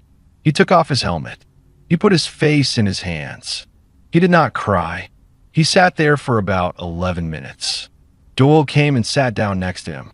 Doyle did not say anything. They sat there together for the rest of the 11 minutes. And then Doyle stood up and he put his hand on Petrie's shoulder for about 2 seconds, and he walked away, and Petrie sat there for another 40 minutes by himself. And then he stood up, and he went and found his bunk, and he slept for 14 hours. That is what I have from Petrie. I have it because I talked to him. He is 42 now. He left the Navy in 2014. He is a registered nurse in a hospital in Traverse City, Michigan, an hour from Petoskey, which is not exactly where he grew up, but is close enough that he could drive over and see his mother on weekends. He talked to me for 2 hours in November of 2022. He gave me permission to use his name. He said, at the end of the conversation, one sentence that I asked him if I could put in this video, and he said yes. He said, I have done a lot of medevacs. I remember all of them. I remember her the most. Not because of what she had been through, because of how she said yes. She said yes the way someone says yes who has decided that she is still in charge of what happens to her body, and she's going to keep being in charge of it, and we're going to have to ask. That is what I want people to know about her. She made us ask, every step, all the way up the hill, all the way onto the bird, all the way into the bay. She made us ask, and we asked, and she said yes. That was her. That was the part of her that the 11 days did not get. That is Petrie. That is the bridge. Now I'm going to take you to Landstuhl. She was at Camp Bastion for 31 hours. She was transferred on a C-17 aeromedical flight on the night of the 27th to Ramstein Air Base, Germany, and from Ramstein, she was moved by ambulance to Landstuhl Regional Medical Center, which is the largest American military hospital outside the United States, and which is where every American service member who gets seriously injured in the European or Central Command Theater goes before they go home, if they go home. She arrived at Landstuhl at 0412 on the morning of the 28th of May. She was in Landstuhl for 21 days. I'm not going to walk you through all 21 days at Landstuhl. The medical record runs to over 400 pages.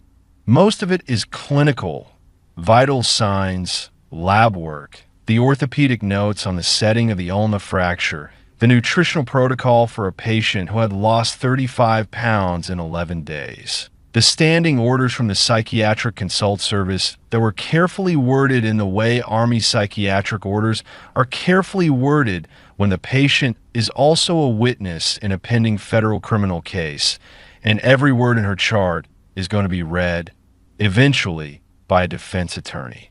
The parts of the record that are not clinical are mostly redacted because they were authored by mental health providers and because they are protected and because they should be and I am not the person who's going to argue with that. So I'm not going to walk you through 21 days. I'm going to walk you through 4 people who came to see her in those 21 days, in the order they came, because the 4 of them are the rest of the story. The first person who came to see her was Major Teresa Cole. Major Cole flew from Bagram to Landstuhl on a C-130 on the 2nd of June. She landed at Ramstein at 1440 local time, was driven to Landstuhl, and walked into Aaliyah Carter's room at 16:07 on the afternoon of the 2nd. Carter was awake. She was sitting up. She was reading a paperback that one of the night nurses had brought her, a Tony Hillerman mystery, secondhand, with a creased spine, and she put it face down on the blanket when Cole came in. Cole stopped in the doorway. I have this scene from Cole. I have it because Cole gave me a 40-minute interview in 2021 at a coffee shop in Alexandria, Virginia, 14 years after the events I am describing, and she gave me permission to use her name and her account, and she asked me to do exactly one thing in exchange for the interview, which was to not soften this part. She used the word soften specifically. She said, "If you tell this part, do not soften it." I owe her that much, so I'm not going to soften it. Cole stopped in the doorway. Carter looked at her. Cole said, "Aaliyah." Carter said, "Major." Cole said, "I read the folder." Carter said, "I know."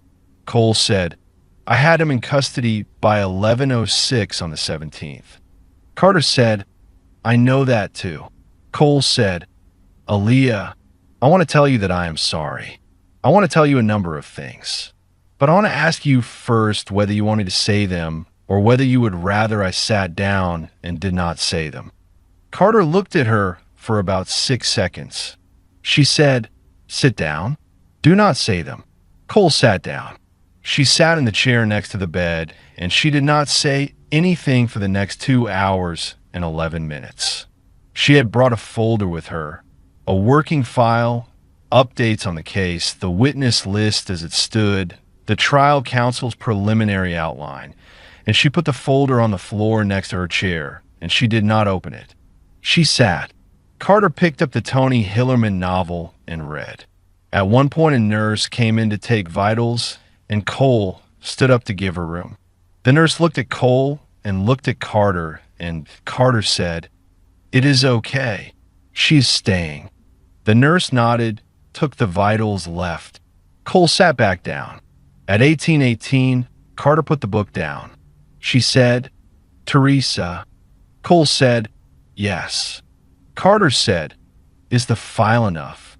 Cole said, "The file is more than enough. The file is conclusive. The file is going to put him away for the rest of his life. And the file is not going to need you to testify if you do not want to testify, because there are 6 other witnesses and the physical evidence and the duty rosters, and we do not need you on the stand to get the conviction. I want you to hear me say that. We do not need you. You did the work already. The work is done. You can be done." Carter said, "I'm going to testify." Cole said, "You do not have to." Carter said, "I know I do not have to. I am going to." Cole said, "Okay." Carter said, "Teresa." Cole said, "Yes." Carter said, "I am not going to tell you what happened in the 11 days. Cole said, "I am not asking." Carter said, "I am not going to tell anyone what happened in the 11 days. Cole said, "Aaliyah, you do not owe that to anyone. Not to me, not to the Army, not to the court. The 11 days are not part of the case. The case is the file. The 11 days are yours." Carter looked at her for a long time. She said, "Thank you." Cole said, "You do not need to thank me for that." Carter said, "I am thanking you anyway. Take it." Cole said, "Yes, ma'am." That was the entire conversation in the room that day, by Cole's account. She stayed until 2000. She came back the next morning at 0800. She came every day for the next 9 days, and she sat in the chair and she mostly did not talk. And she went back to Bagram on the 12th of June, and she sent Carter a handwritten letter every 2 weeks for the next 11 months until the court-martial concluded. And Carter kept the letters in a shoebox in her quarters, and the shoebox is, according to Cole, who knows because Carter told her in 2014, still in Carter's possession today, on a closet shelf in a small house in a small town in the southeastern United States that I'm not going to name because Carter is alive and she lives there, and that is not something I'm going to put on YouTube. That is the first person. The second person who came to see her was her mother. Diane Washington Carter arrived at Landstuhl on the morning of the 4th of June. She had flown from Charleston to Atlanta to Frankfurt on a series of commercial flights paid for by the Army's family travel program. She was 58 years old. She had never been to Europe. She had not slept in any meaningful sense in the 18 days since the call she had received on the 17th of May from a CID lieutenant in Charleston, in person, at her front door at 21:40 in the evening, telling her that her daughter was missing. She had spent those 18 days at the kitchen table on Cumming Street, in the chair she had always sat in, with the phone in front of her on the table, and she had answered every call within 1.5 rings, and she had not eaten more than 1,000 calories on any of those 18 days. And Marcus Carter, her husband, had been in the house the entire time, and he had brought her tea, and he had made her sandwiches that she did not eat, and he had sat across from her at the table for hours at a stretch and not said anything. And on the night of the call from Doyle's chain, the call that came in at 09:41 on the morning of the 26th, which was 01:41 in the morning Charleston time, Marcus Carter had been the one to answer the phone because Diane had finally fallen asleep at the table with her head on her arms, and he had taken a message, and he had woken her up by putting his hand on her shoulder, and he had said 3 words, which were, "They found her." And Diane had looked up and she had said, "Alive." And Marcus had said, "Alive." And Diane had put her head back down on her arms, and she had cried for the first time in 18 days, and Marcus had not touched her again because he had not earned the right to touch her about this. That is the phrase Marcus Jr. used to me, that his father had not earned the right. And Marcus had sat across the table from her with his hands flat on the wood, and he had not moved for about 40 minutes until Diane sat up and wiped her face and said, "I am going to Germany." And Marcus said, "I will buy the ticket." And Diane said, "I will buy the ticket. You will stay here. She does not want to see you. She has not wanted to see you for 5 years. Do not make this the day you make it about whether she wants to see you. This is not your day." And Marcus said, "Yes." And he meant it. He bought her a sandwich on the way to the airport, which she did not eat. He drove her to Charleston International. He carried her bag to the curb. He hugged her, and she let him, and at the moment she let him hug her, she said into his shoulder, "Marcus, when she comes home, if she will see you, you're going to listen. You're not going to preach. Do you hear me?" And Marcus said, "I hear you." And Diane said, "Say it back." And Marcus said, "I will listen. I will not preach." And Diane said, "Good." She got on the plane. She arrived at Landstuhl on the morning of the 4th of June at 09:53, and she walked into her daughter's room. And her daughter was sitting up in bed in a hospital gown with a paperback face down on the blanket and a cast on her right forearm and a bandage on the right side of her face and a tube in the back of her left hand, and her hair newly washed by a nurse the night before. And her daughter looked at her mother in the doorway, and her daughter said, "Mama." And Diane Washington Carter, 58 years old, who had carried a Vietnamese baby for 41 hours on the USS Sanctuary in March of 1975 and had taught her own daughter, by example and by direct instruction in a kitchen on Cumming Street in the summer of 1994, that the work was about whoever was actually there, walked across the room and sat down on the edge of the bed and put her arms around her daughter and held her, and her daughter put her face into her mother's shoulder, and her mother said into her daughter's hair, "I am here, baby. I am here. I'm not going anywhere. I am here." And her daughter said into her mother's shoulder, "Mama, manga, manga." And that was all either of them said for about an hour.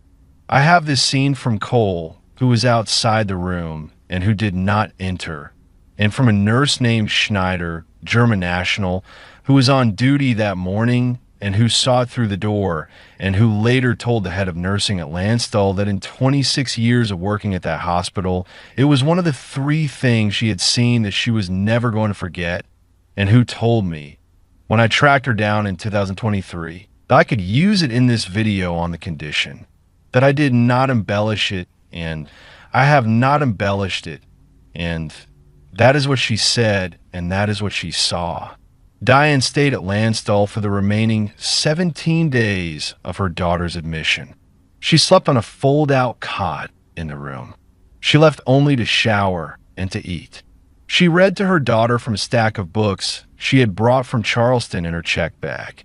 She brushed her daughter's hair. She did not ask about the 11 days. She did not ask about the case. She did not ask anything. When her daughter wanted to talk, she listened. When her daughter wanted to be quiet, she was quiet. When her daughter wanted her to leave the room for an hour because the psychiatrist was coming in, she left the room for an hour, and she walked the hallways of Landstuhl, and she said hello to other mothers and other wives and other fathers and other husbands in the hallways of Landstuhl. And she came back when the hour was up. That is Diane. That is the second person. The third person who came to see her was Marcus Jr. I want to tell you about Marcus Jr. before I tell you about the visit, because Marcus Jr. is the brother who walked out of the sermon in 2003 and sat in a Waffle House on Savannah Highway. And I have not given you anything else about him, and I owe you a little more. Marcus Carter Jr. was born in Charleston in 1973, 3 years and 10 months before his sister. He grew up in the parsonage on Cumming Street. He went to Burke High School. He went to the College of Charleston on a partial scholarship for the basketball team, even though he was not, by his own assessment, a particularly good basketball player. He was 6'4", and he could shoot a 3. And at the College of Charleston in the early 1990s, that was enough to get part of your tuition paid. He majored in education. He came out of college in 1995 with a teaching certificate and a job offer at a middle school in North Charleston, which he took and which he kept for 11 years, and which led in 2006 to an assistant principal position, and then in 2011 to a principal position at a high school in Atlanta, where he still works today. He is, by every account I have, the best version of what his father wanted to be. I want you to sit with that for a second. He is the son of a Methodist pastor. He went into the work of forming young people the way his father did. He stayed in his community the way his father did. He did not go to seminary, but he did not need to, because the job of a public school principal in a black neighborhood in the American South in the 21st century is, on the days that matter, the same job his father had, with different vocabulary. Marcus Jr. knows that. He told me so in the phone call in 2022, in the conversation in which he also read me the 3 pages from his mother's notebook, and he said it without any bitterness. And he said it with a particular gentleness that I have heard before from middle children, but that I have rarely heard from the elder son of a difficult father. He said, "My father wanted a son who would carry the church. He got one who carries a school. He has never quite figured out whether that counts. I have stopped needing him to figure it out." Marcus Jr. arrived at Landstuhl on the 8th of June. He had not been able to come earlier because of the end of the school year. He was an assistant principal at the time, in his last week of the term, in the middle of graduation week. And he had told his sister, through their mother, that he would be there as soon as the diplomas were handed out. And his sister had said, through their mother, that she would wait for him, which was, by Diane's account, the closest thing to a joke Aaliyah had made in the 17 days since the doorway. He walked into the room at 15:40 on the 8th of June. He stopped in the doorway, the way everyone stopped in the doorway, because everyone who walked into that room in those 21 days stopped in the doorway. And that is a thing I noticed in writing this, and I do not have an explanation for it that I want to share, except that there is something about the threshold of a room that holds a person who has come back from somewhere unspeakable, and people who love that person know, without being told, that the threshold is part of the room, and you stop at it and you wait. He stopped. Aaliyah looked at him. She said, "Junior." He said, "Sister." She said, "Come here." He went. He sat on the edge of the bed. Their mother got up from her cot and left the room without saying anything, because she understood that this one was not hers. Marcus Jr. sat.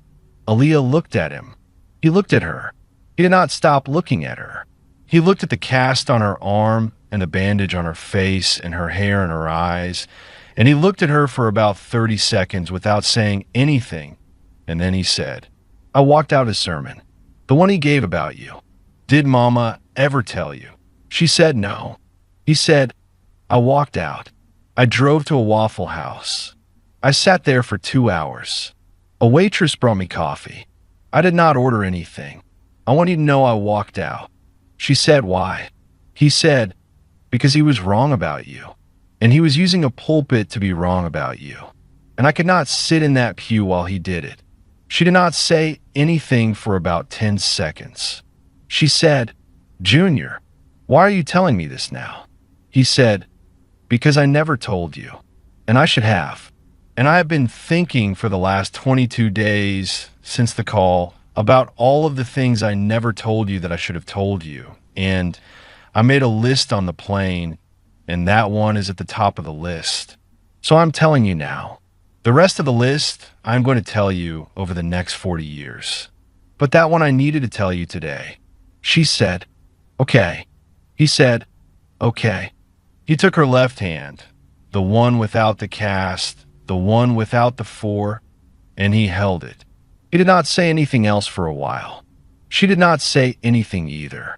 They sat there, brother and sister, in a hospital room in Germany, holding hands across a blanket for about 40 minutes. At one point she said, "Junior." He said, "Yes." She said, "Does he know I am alive?"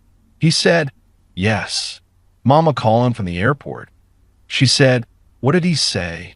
Marcus Jr. thought about this question for a moment. He told me later on the phone that he thought about it because there were two possible answers: the answer that was true and the answer that was useful. And he had to decide, in that hospital room, which one his sister needed. He decided on the true one. He told me that he made that decision because his sister had been lied to enough and not by him, and he was not going to start. He said, "Thank God." She said, "That is it." He said, "That is it." She said, "Did he ask about me?" He said, "He asked Mama if you were going to be all right." Mama told him that was not a question he had earned the right to ask. And he said yes, he understood. That is the whole call. It lasted about 90 seconds. She said, "Okay." He said, "Aaliyah, I'm not going to tell you what to do about him. I'm not going to tell you to forgive him, and I am not going to tell you not to forgive him. That is yours. I'm going to tell you one thing, which is that he is not going to come around. Mama told you that in 2003 at the Cracker Barrel. She was right then. She is right now. He is who he is. If you want him in your life, it is going to be on terms he has not yet earned. If you do not want him in your life, that is also a thing you are allowed to want. I will love you the same either way, and Mama will love you the same either way. That is the only thing I am going to say about him." She said, "Junior." He said, "Yes." She said, "Thank you." He said, "Sister." That is the third person. The fourth person who came to see her was Senior Master Sergeant Holloway. Senior Master Sergeant Holloway of the Air Force, who had taken the SEAL folder at 0347 on the morning of the 15th and had carried it to Lieutenant Colonel Markham at 0044 on the morning of the 17th, and had then continued doing her job at FOB Edinburgh as though nothing had happened, because that was what she had been asked to do, and because that was the kind of woman she was. Senior Master Sergeant Holloway rotated home on the 18th of June, which was 3 days before Aaliyah was scheduled to leave Landstuhl for Walter Reed. She did not go straight home.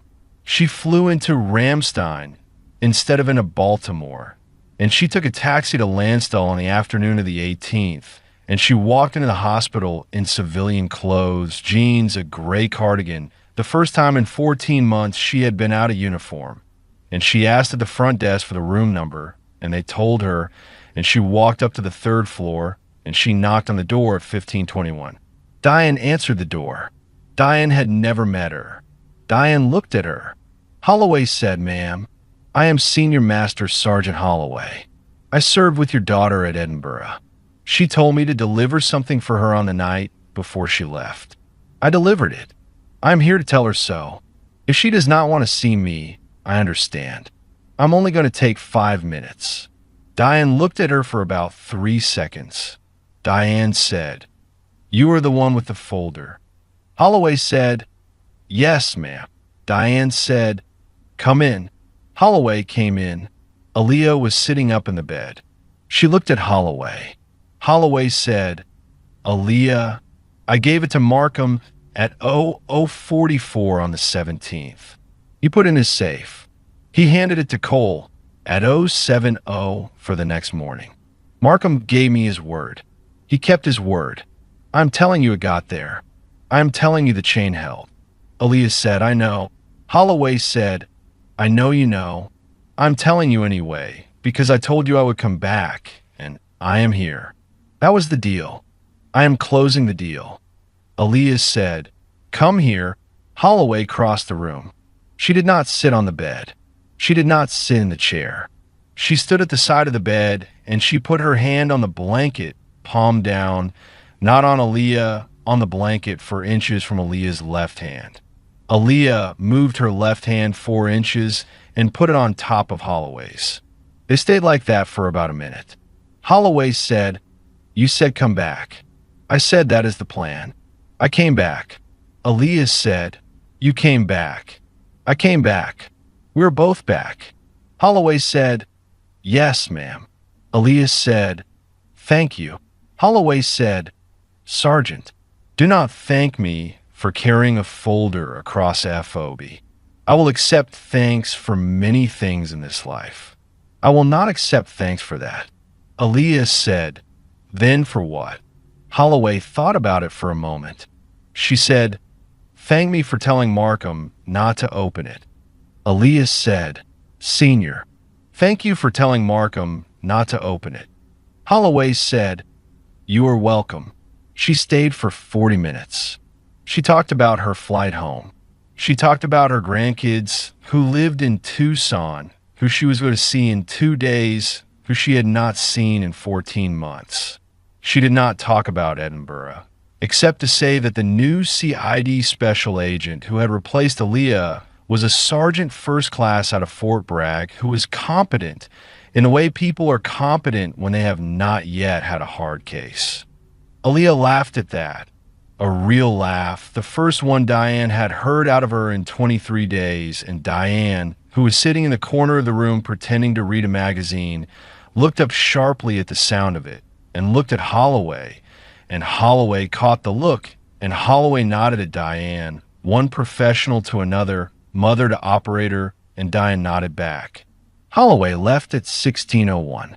Aaliyah was discharged from Landstuhl at 0900 on the 21st of June. She flew home on a C-17 with her mother and 3 other wounded service members and 2 flight nurses and a flight surgeon. And she landed at Andrews Air Force Base at 0412 on the morning of the 22nd and she was transferred by ambulance to Walter Reed National Military Medical Center for outpatient follow-up. And she spent 6 weeks at Walter Reed as an outpatient with her mother in a hotel 2 blocks from the hospital.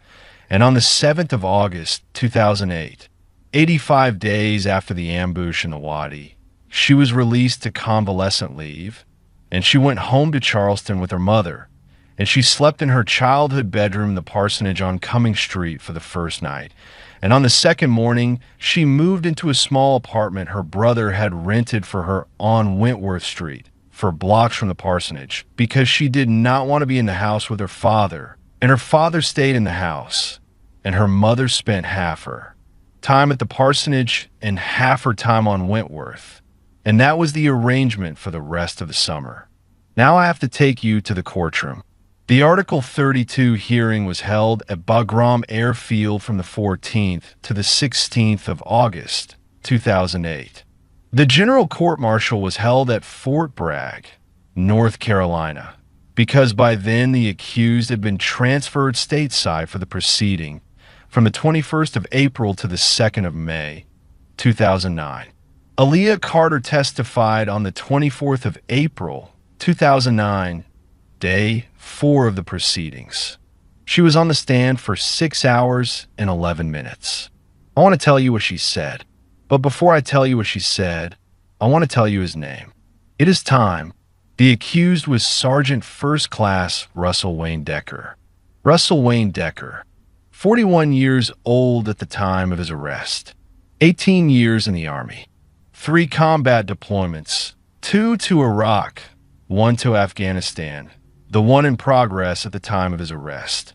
A career counselor by primary MOS, which means he was the senior NCO on FOB Edinburgh, whose official job was to advise junior soldiers about their careers, their reenlistments, their educational benefits, their family programs, their post-deployment transition planning, and the various administrative pathways the Army offered to soldiers who wanted to make the Army a life.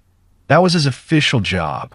His official job put him in a small office, 3 doors down from the JAG hut, with a sign on the door that said Career Counselor, Walk INS Welcome, and a coffee maker, and a calendar pinned to the wall with re-enlistment bonus windows marked in red, and a couch against the back wall that had been brought in by his predecessor and that he had not replaced, and a door that closed, and a door that locked. The official job was the access. The job behind the official job was what he was on trial for. And what he is today, in 2024, 16 years into a 47-year sentence at the United States Disciplinary Barracks at Fort Leavenworth, Kansas, still serving time for. I want to be precise about what he was convicted of, because I want to be precise about what Aaliyah Carter's file proved. He was convicted by a panel of officers and senior enlisted members at a general court-martial at Fort Bragg in May of 2009 on the following charges. 7 specifications of aggravated sexual assault under Article 120 of the Uniform Code of Military Justice. 6 of those specifications corresponded to the 6 women whose statements were in the file Aaliyah Carter handed to Senior Master Sergeant Holloway at 0347 on the morning of the 15th of May. The 7th specification corresponded to Specialist Reyes at Combat Outpost Castle, who was interviewed not by Carter but by Major Cole personally on the 18th of May, after Cole had read the file and had flown to Castle and had sat with Reyes for 4 hours in a conference room with a victim advocate and a chaplain Reyes had chosen. And at the end of 4 hours, Reyes had made a statement. And the statement was the 7th specification for specifications of abusive sexual contact. 2 specifications of obstruction of justice for actions taken between the dates of the file documents and the date of his arrest, involving attempts to discourage 2 of the witnesses from speaking to investigators. 1 specification of conduct unbecoming a non-commissioned officer. 1 specification of fraternization. The panel deliberated for 9 hours and 41 minutes. They returned a verdict of guilty on every specification. Sentence was imposed on the 2nd of May, 2009.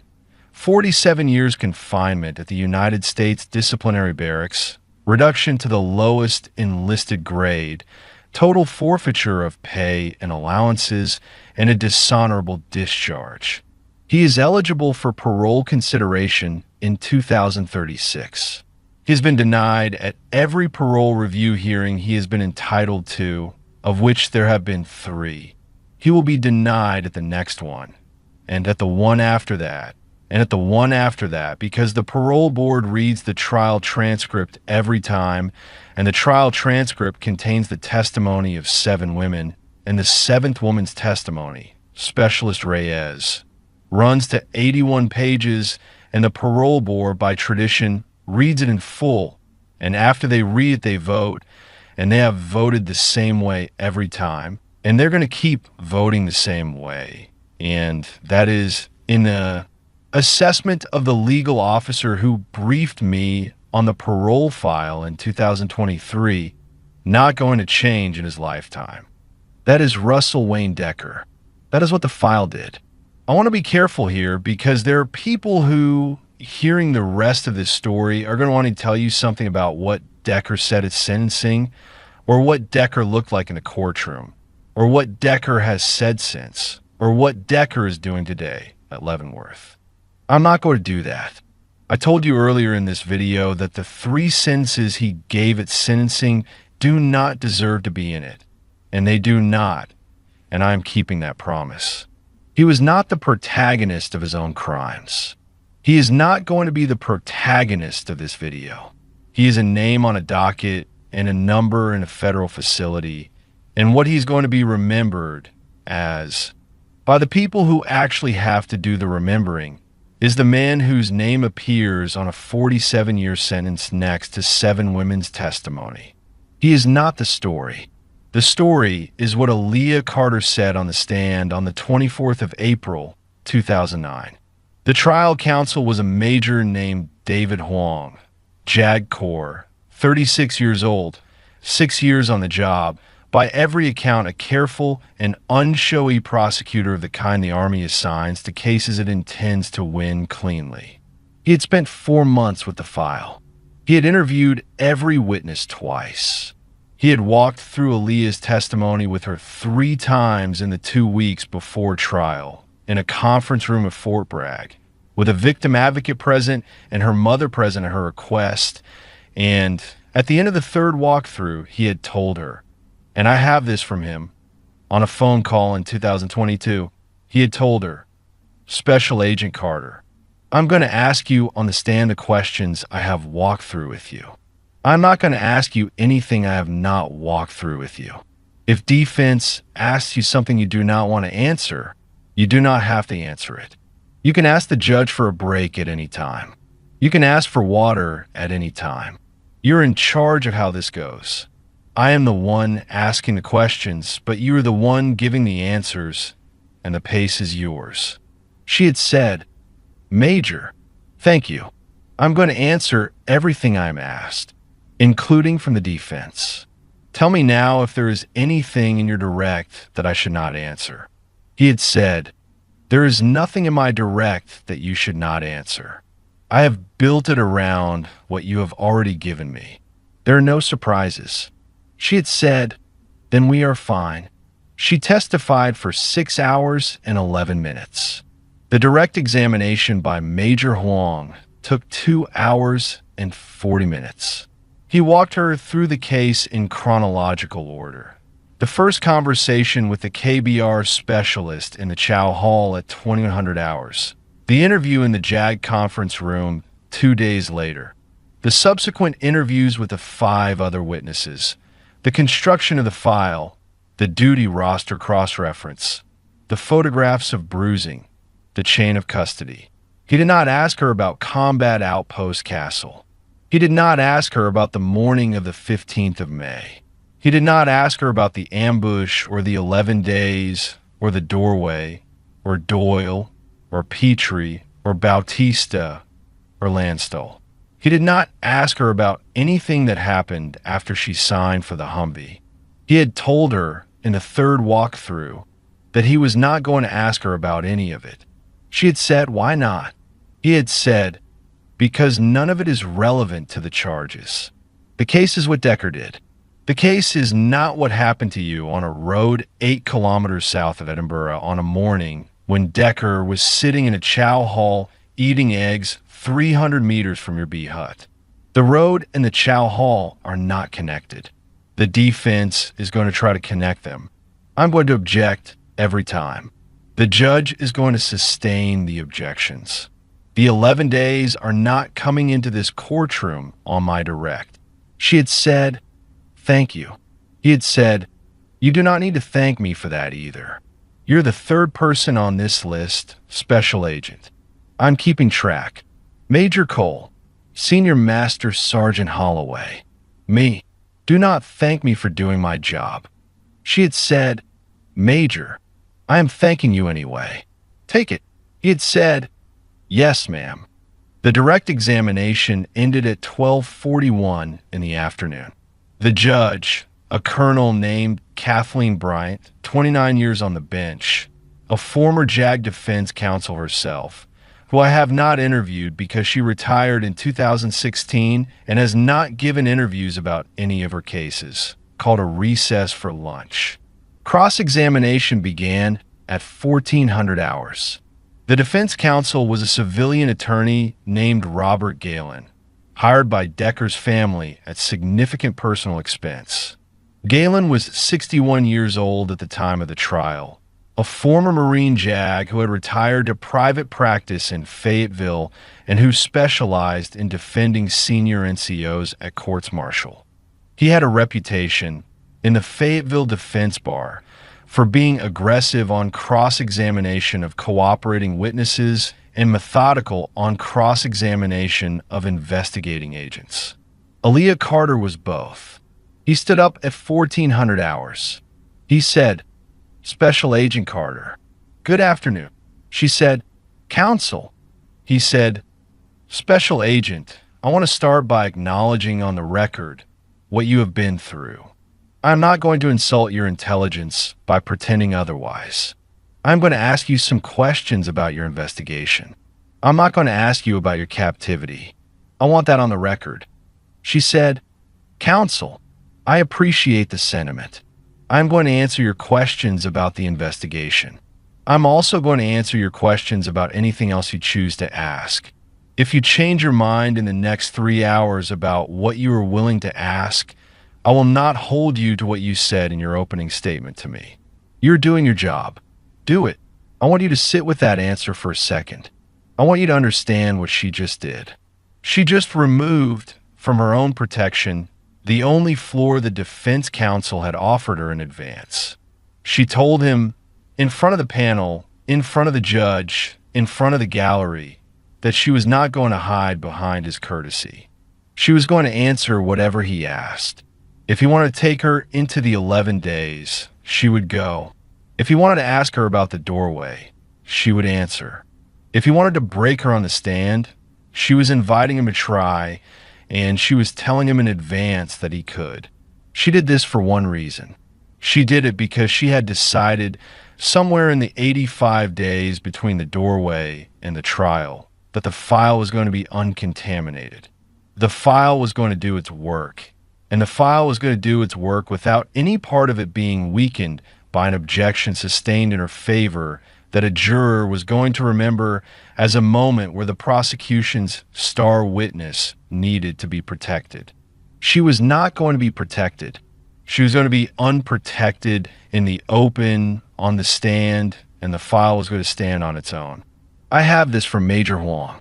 I asked him on the phone in 2022 why she had said that, and he said because she had already decided that she was going to be the witness who did not need to be handled.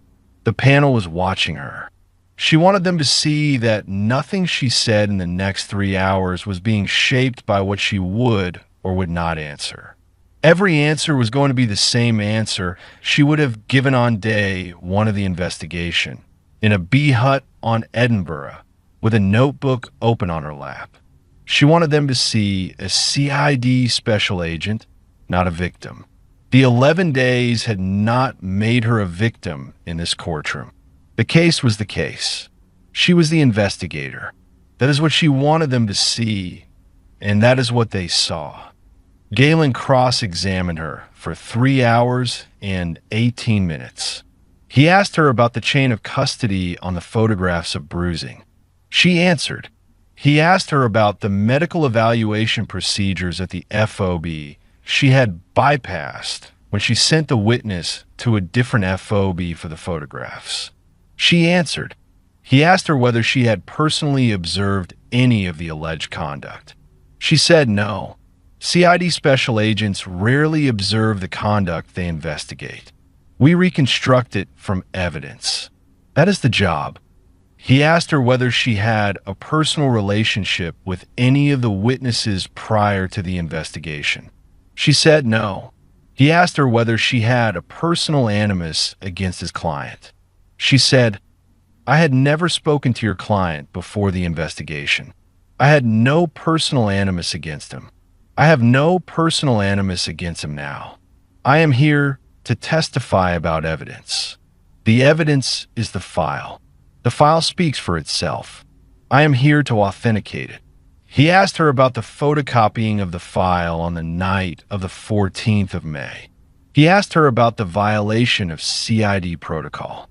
He asked her whether her decision to give a copy of an active investigative file to a witness in that investigation, Senior Master Sergeant Holloway, who was one of the 6 women whose statements were in the file, constituted, in her view, a breach of investigative integrity that should call the entire file into question.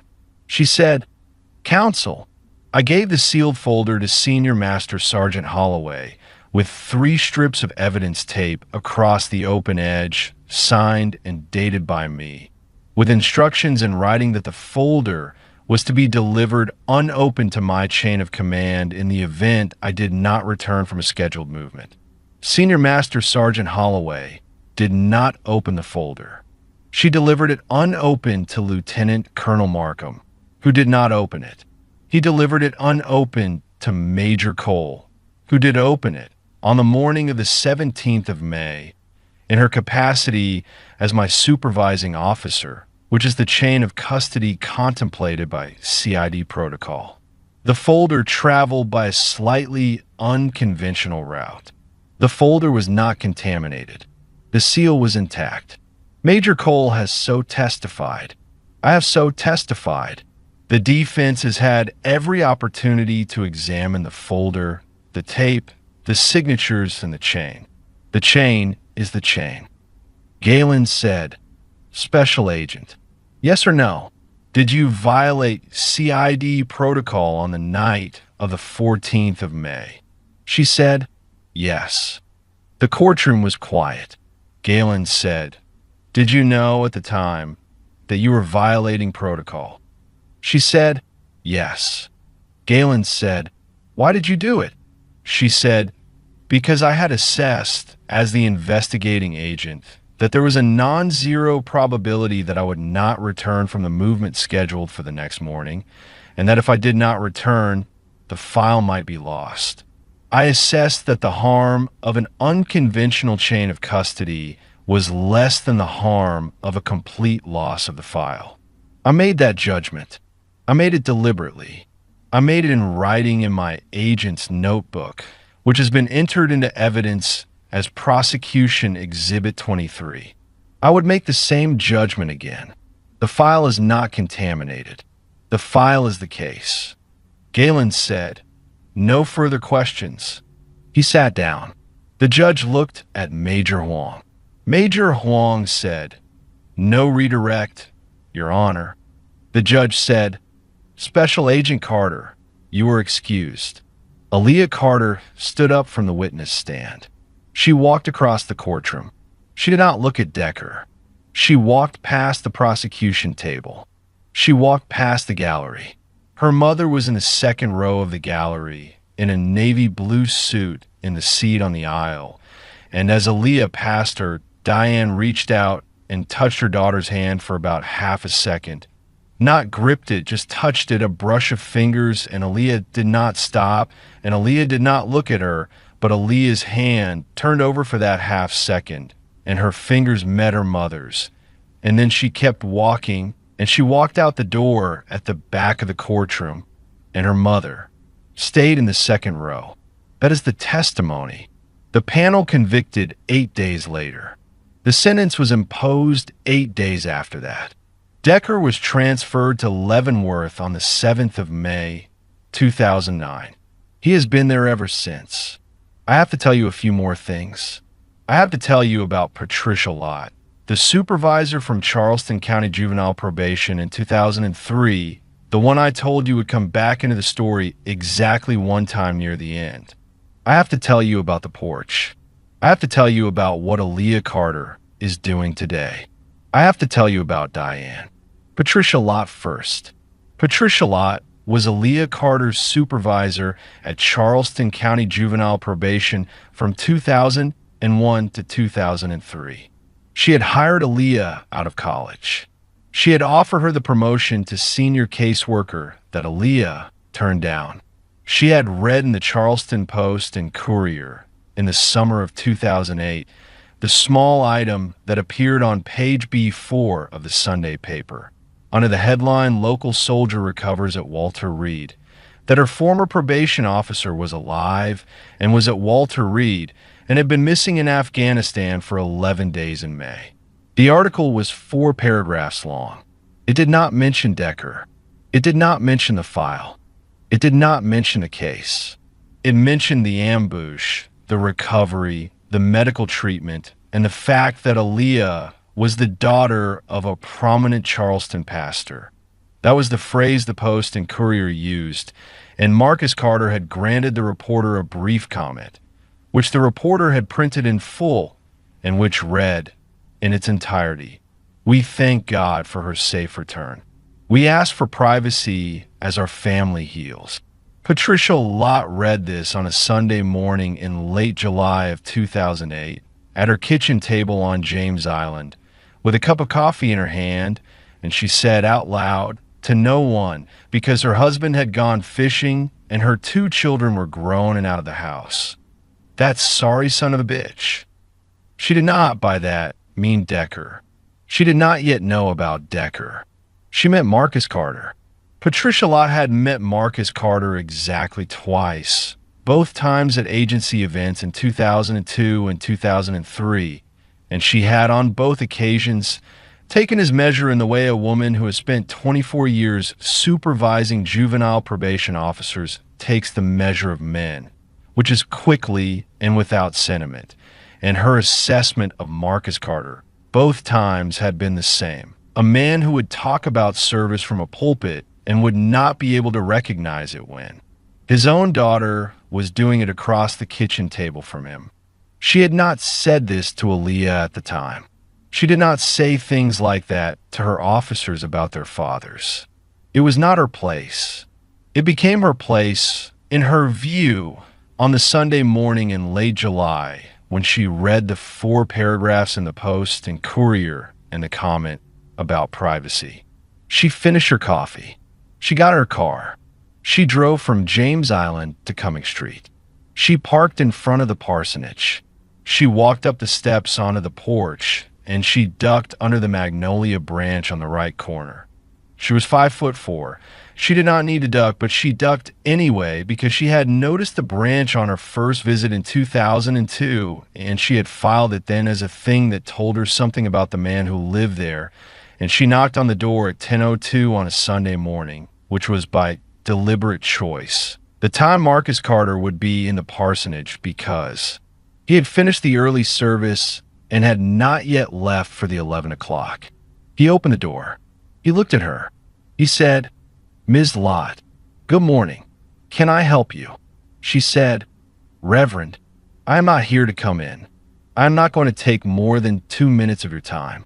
I'm going to say one thing and I am going to leave. Is that all right?" He said, "Yes." She said, "Your daughter, when she worked for me, was the best juvenile probation officer I have had in 24 years on this job. I have hired 61 officers. I have supervised 47 of them directly. She was the best of all of them. When she came to me in the summer of 2003 and told me she was leaving for the Army, I told her she was making a mistake because I wanted to keep her and because I'm selfish about the people who are good at this job. I want to tell you now that I was wrong. I was wrong, and she was right. And what she went and did in the Army was the same work she was doing for me on a different scale, in a different uniform. And the people she did it for are alive today because of her. And there are 6 women. And I have heard in the last 2 weeks through a friend at JAG in Columbia that there is a 7th. There are 7 women who are alive today and who are going to be all right because your daughter built a file in a plywood hut in Helmand Province and made sure it survived. That is what she did. That is the work. I came here to tell you on your porch, in front of your wife, if she is listening, that what your daughter did was the work, and I do not know what you have said about her from your pulpit, and I do not want to know, but I want you to hear from one woman who has supervised her, one woman who knew her at the work, that the work was holy. I am using that word on purpose. Reverend, I am using your word. The work was holy. Your daughter is a holy person. I am sorry if that is uncomfortable for you to hear from a juvenile probation officer on your porch on a Sunday morning. I'm not actually sorry. I came here to make it uncomfortable. Have a good service. She turned around. She walked back to her car. She drove home. Marcus Carter stood in the doorway of the parsonage for about 90 seconds. Diane was in the kitchen. Diane had heard every word. Diane did not come to the door. She stayed at the kitchen table with her coffee, and when Marcus finally closed the door, carefully with the latch fully engaged, the way he closed every door, and walked back through the house and into the kitchen, she did not look up from her coffee. He sat down across from her. He said, "Diane." She said, "Yes." He said, "Did you hear that?" She said, "I heard every word." He said, "Is she right?" Diane Washington Carter put her coffee cup down on the table. She looked at her husband across the round oak table that seated 4 and had 2 chairs, and had had 2 chairs since 2001. She said, "Marcus, you have been a pastor for 30 years. You have stood in that pulpit 50 Sundays a year for 30 years. That is 1,500 sermons. You have preached on service. You have preached on the prodigal son and the prodigal daughter. You have preached on Mary and Martha. You have preached on the parable of the talents. You have preached on the centurion at the cross. I have heard every one of those sermons. Marcus, because I have sat in that front pew, because I would not let you preach to an empty pew. I have heard you preach. I have heard you preach well. You are a good preacher. You are a man who can find the right word for a Sunday morning. That is your gift. I have always known that about you. I have loved you for 32 years partly because of that gift." She picked the cup back up. She took a sip. She put it back down. She said, "But that woman on the porch just now in 2 minutes preached the sermon you should have preached 6 years ago in this kitchen. She preached the sermon you should have preached 3 years ago from your own pulpit. She preached the sermon you should have preached on the 17th of May this year, when you got the call that your daughter was missing, and you should have walked into that sanctuary the next Sunday, and you should have stood in front of your congregation, and you should have said, 'Marcus, you should have said, my daughter is doing the work, and I did not understand what the work was, and I am praying for her, and I am praying for myself, because I have been wrong.' That is the sermon you should have preached. You did not preach it.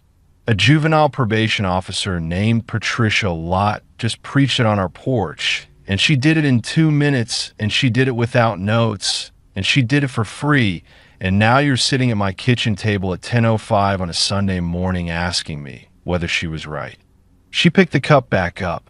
She said, "Marcus, yes, she was right. She was right 6 years ago. She was right today. She was right in every minute in between. I have known she was right since 2003. I have been waiting for you to figure it out. I'm still waiting. You are 62 years old. I do not know how much more waiting I'm going to do. He did not say anything for a long time. He said, Diane? She said, yes.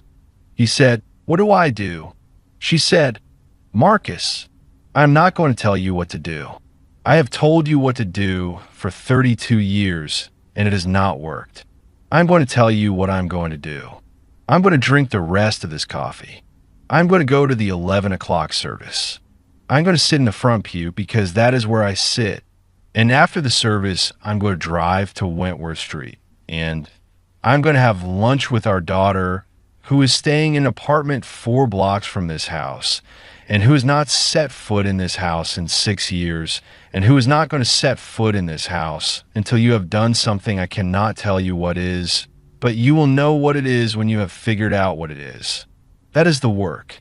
The work is yours, Marcus. I have done my work. Patricia Lott has done her work.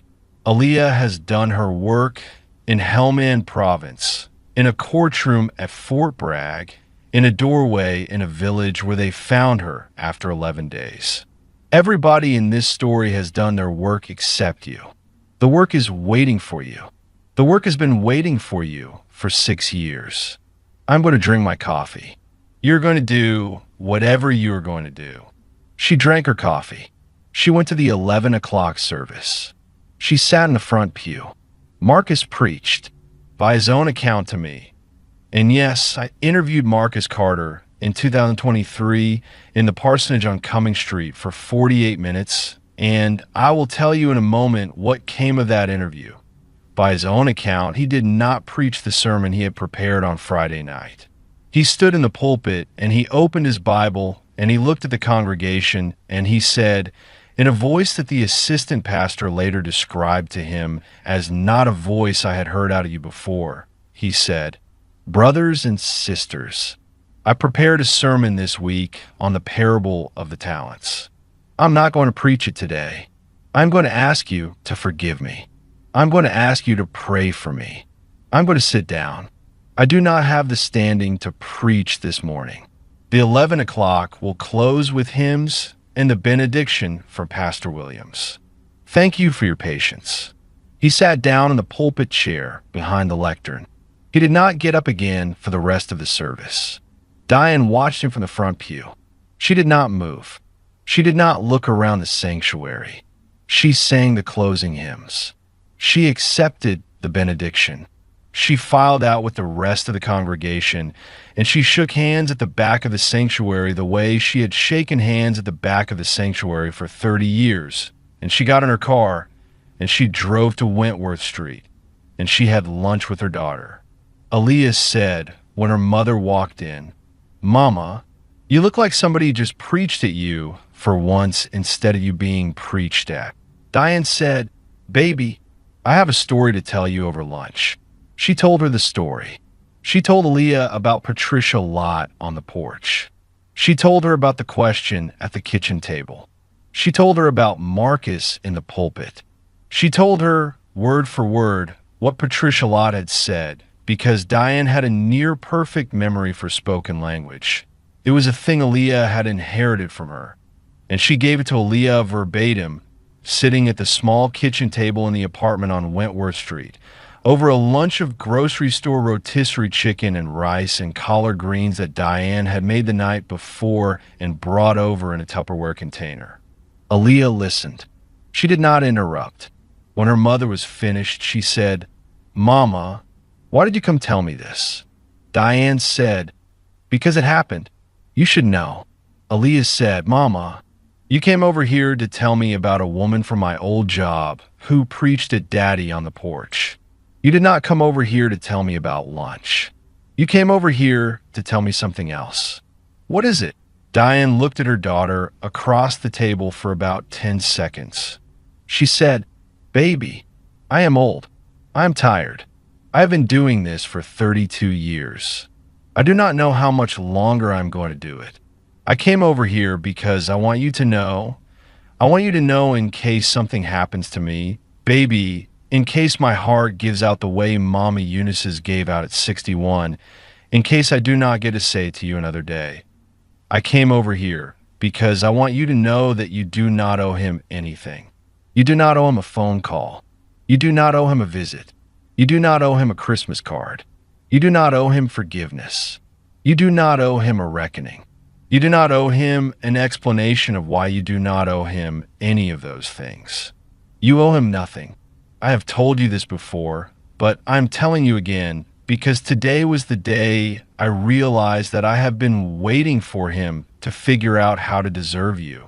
And he's not going to figure it out in the time I've left, and I do not want you waiting for him to figure it out either. If he figures it out, that is on him. If he does not, that is on him. You do not have to wait. You can live your life.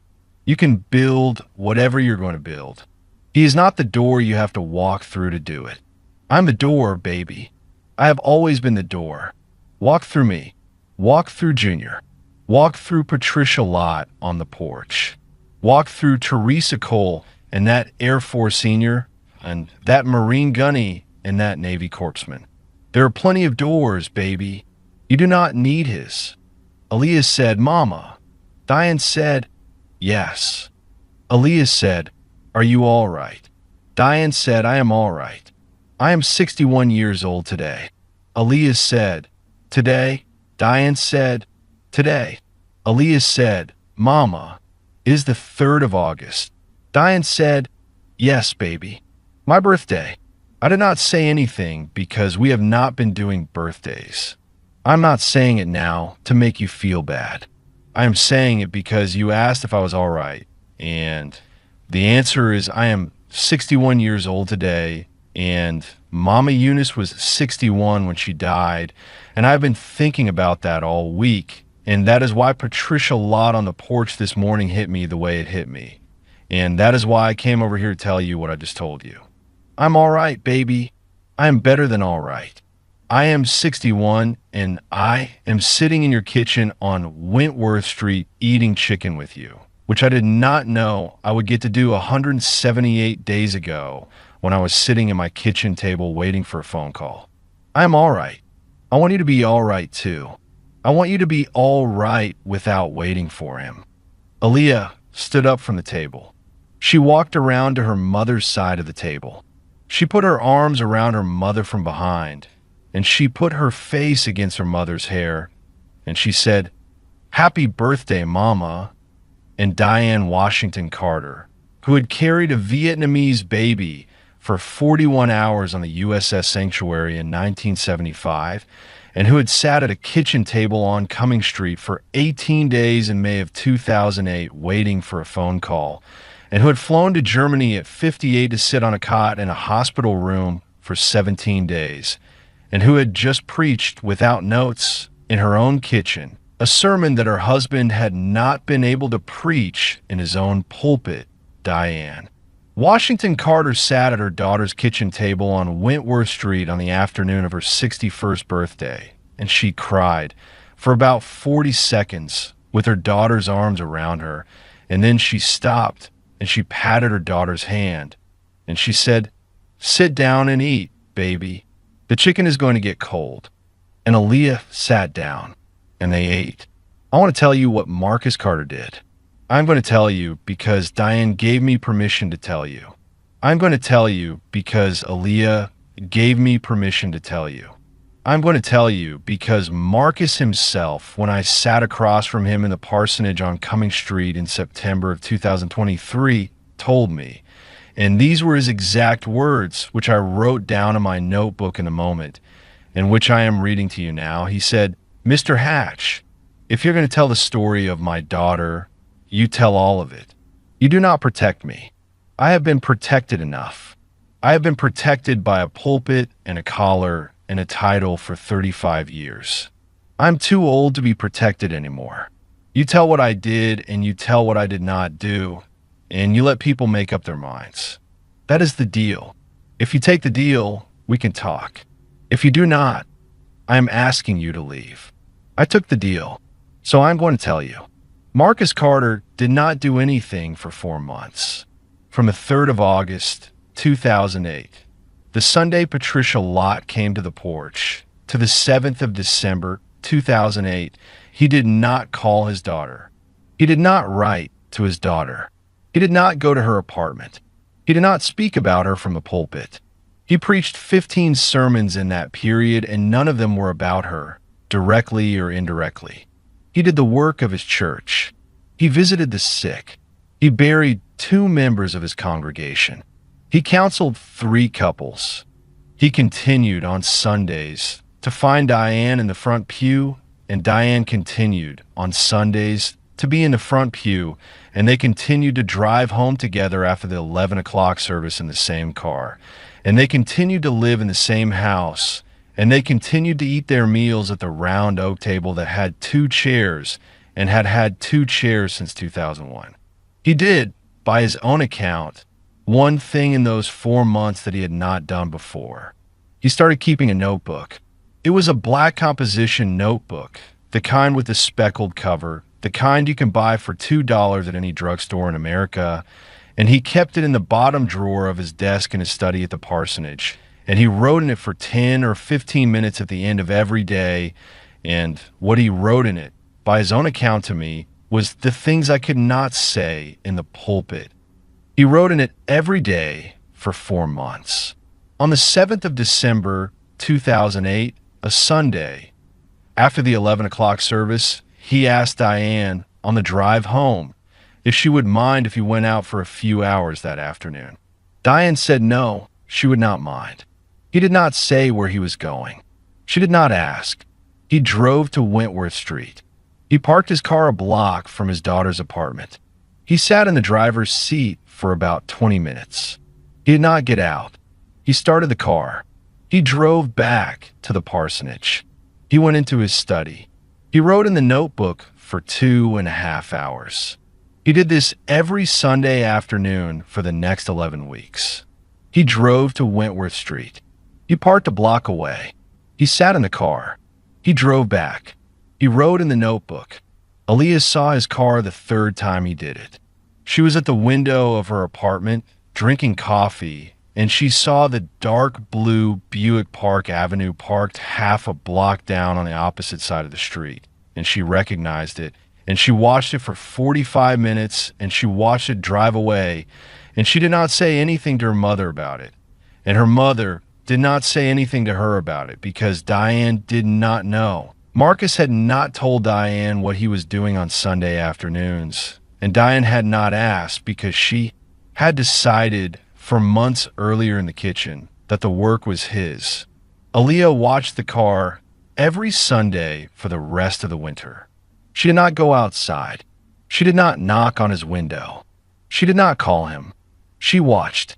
On the 22nd of February, 2009, a Sunday afternoon, 2 months before she would fly to Fort Bragg to testify, Aaliyah Carter, 30 years old, for pounds away from the weight she had been before the deployment, with a healed ulna and a faded scar on the right side of her face and her hair grown back out to shoulder length, put on her coat and walked downstairs and crossed the street and walked up to the driver's side window of the dark blue Buick Park Avenue and knocked.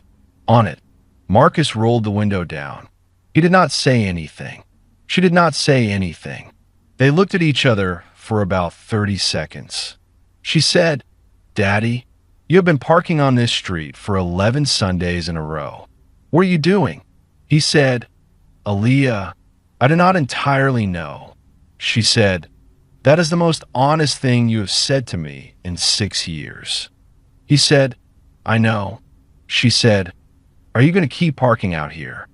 He said, "Yes, until you tell me to stop, or until I figure out what I am supposed to do instead. I am 63. I am slow. I would rather sit in the car than sit in my study and not know what to do. The car is closer to you. That is the only reason I can give you." She looked at him for another 15 seconds. She said, "Daddy, I am not going to invite you up. Not today. Maybe not for a long time. I want you to understand that." He said, "I understand." She said, "I'm going to ask you one question. I want a real answer. Not a sermon, not a verse, not a quotation. Your own words. Can you do that? He said, I can try. She said, what did you think I was doing in Hellman? He sat in the driver's seat with his hands on the steering wheel for about 40 seconds. He looked through the windshield at the cobblestones of Wentworth Street. He looked at his daughter standing at his window. He looked back through the windshield. He said, I thought you were proving a point to me. I thought you were a girl who joined the army because her father had told her she could not be a soldier in the Lord's army from a uniform. And I thought you had stayed in the army because you wanted me to be wrong. I thought every promotion you guys you saying to me, look, I was right and you were wrong. I thought your job was a long argument with me. I thought when you were missing, that you were missing because the army had used you up the way I had said the army would use you up. And I thought when they found you, that you were going to come home and have to admit that I had been right. And I had been waiting for that. And I had been preparing what I was going to say. I had been preparing what I was going to say for 11 days while you were missing, Aaliyah, and I had been preparing what I was going to say for 85 days after they found you. And when Patricia Locke came to the porch in August, I did not understand at first what she was saying, and then I understood, and then I sat down at the table with your mother, and your mother told me what I have already known for 32 years, which is that I cannot see the work when the work is not wearing the uniform I expected it to wear. I have been writing in a notebook since August. I do not know what I am writing. I do not know what it is for. I drive over here on Sundays because I do not know what else to do. I'm telling you this because you asked. That is the answer. I have not earned the right to give you any other answer. I'm sorry, Aaliyah. I am not going to ask you to forgive me. I am sorry. She stood at the window. She did not say anything for a long time. She said, Daddy. He said, yes. She said, go home.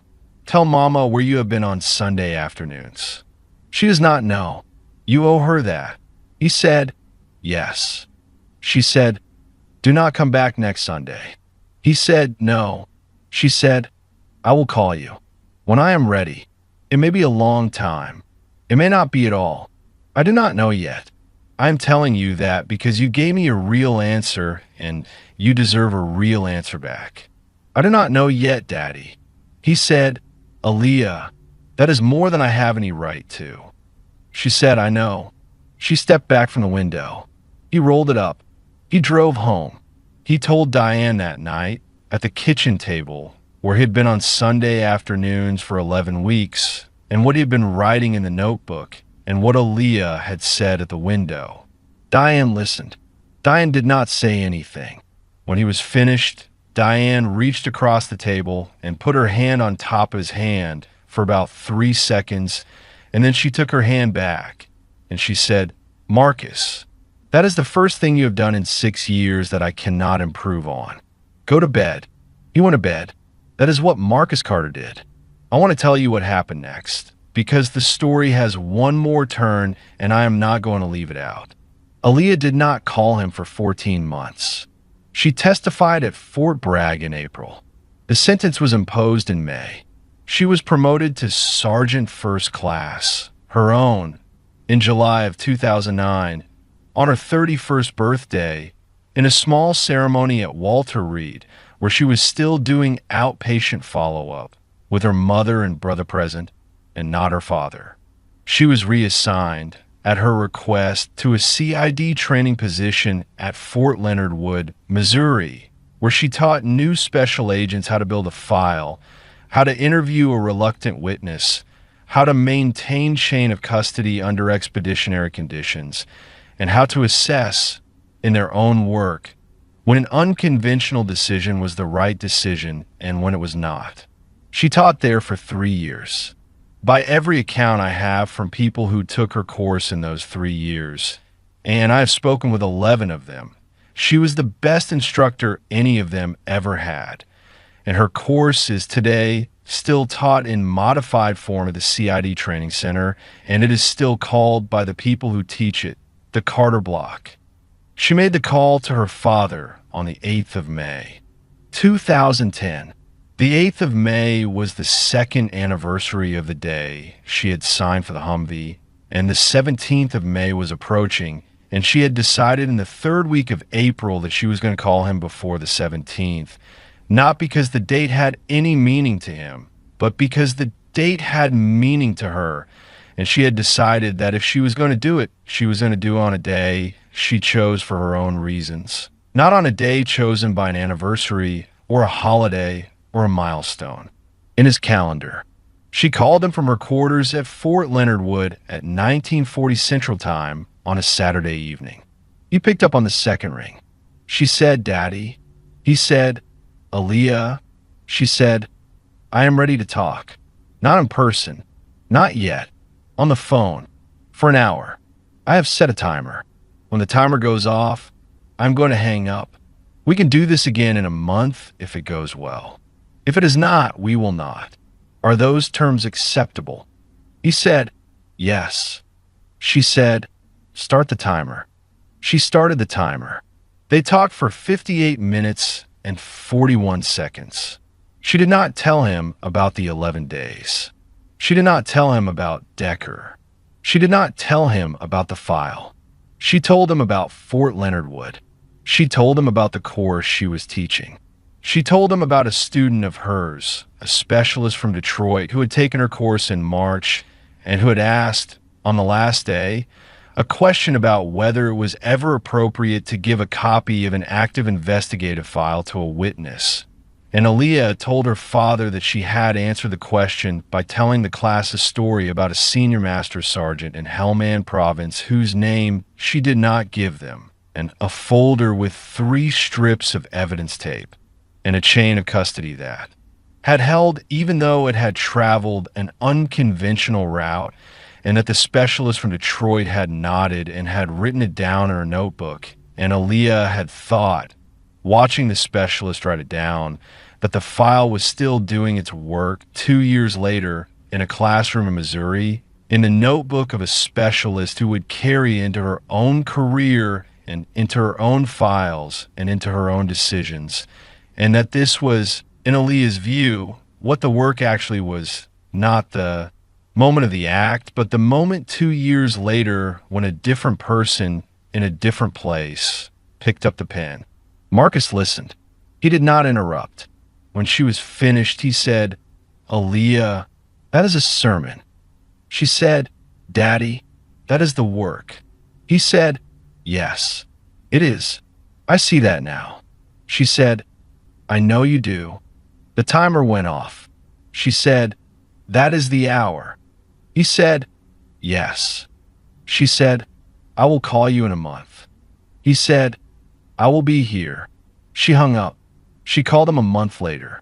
She called him every month after that for 14 years on the second Saturday of every month at 1940 Central Time for 1 hour with a timer set, and the timer went off, and she hung up, and the next call came on the second Saturday of the next month. And she did this from Fort Leonard Wood and from Fort Belvoir and from her next duty station and from her current duty station.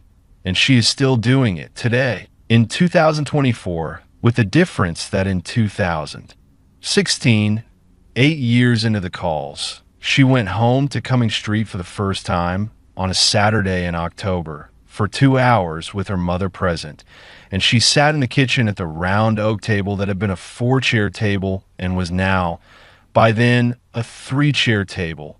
Marcus had bought a 3rd chair in 2014 and had left it at the table empty for 2 years, the way he had once left a 4th chair empty for 5 years. And the 3rd chair was waiting, and she had a cup of coffee with her father in the kitchen of the parsonage, and they did not talk about the 11 days, and they did not talk about Decker, and they did not talk about anything that had happened in Helmand, because none of it was his to talk about, and she has not told him any of it to this day, and she is not going to.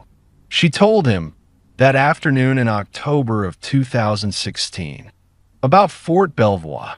She told him about a soldier she was mentoring who reminded her of herself at 23. She told him about her mother's garden which her mother was rebuilding in the backyard of the parsonage, and which had tomatoes coming in. She told him that she had decided 2 years earlier that she was going to make the Army a career, and she was going to retire 20 years, and she was going to come home to Charleston when she retired, and she was going to do something with her retirement that she had not figured out yet, but she had time to figure it out. Marcus said, "Aaliyah, if you come home, when you come home, will you come to this house?" Aaliyah said, "Daddy, I will come to this house for coffee. I'm not going to live in this house. I will live in my own house. I will come for coffee, and I will come for Sunday dinner, and I will come for Mama's birthday, and I will come for Christmas. That is what I will do. Are those terms acceptable?" Marcus said, "Yes." He said it without hesitating. He said it without negotiating. He said it the way she had taught him in 14 years of monthly phone calls with a timer set to say it. She finished her coffee. She stood up from the table. She hugged her mother.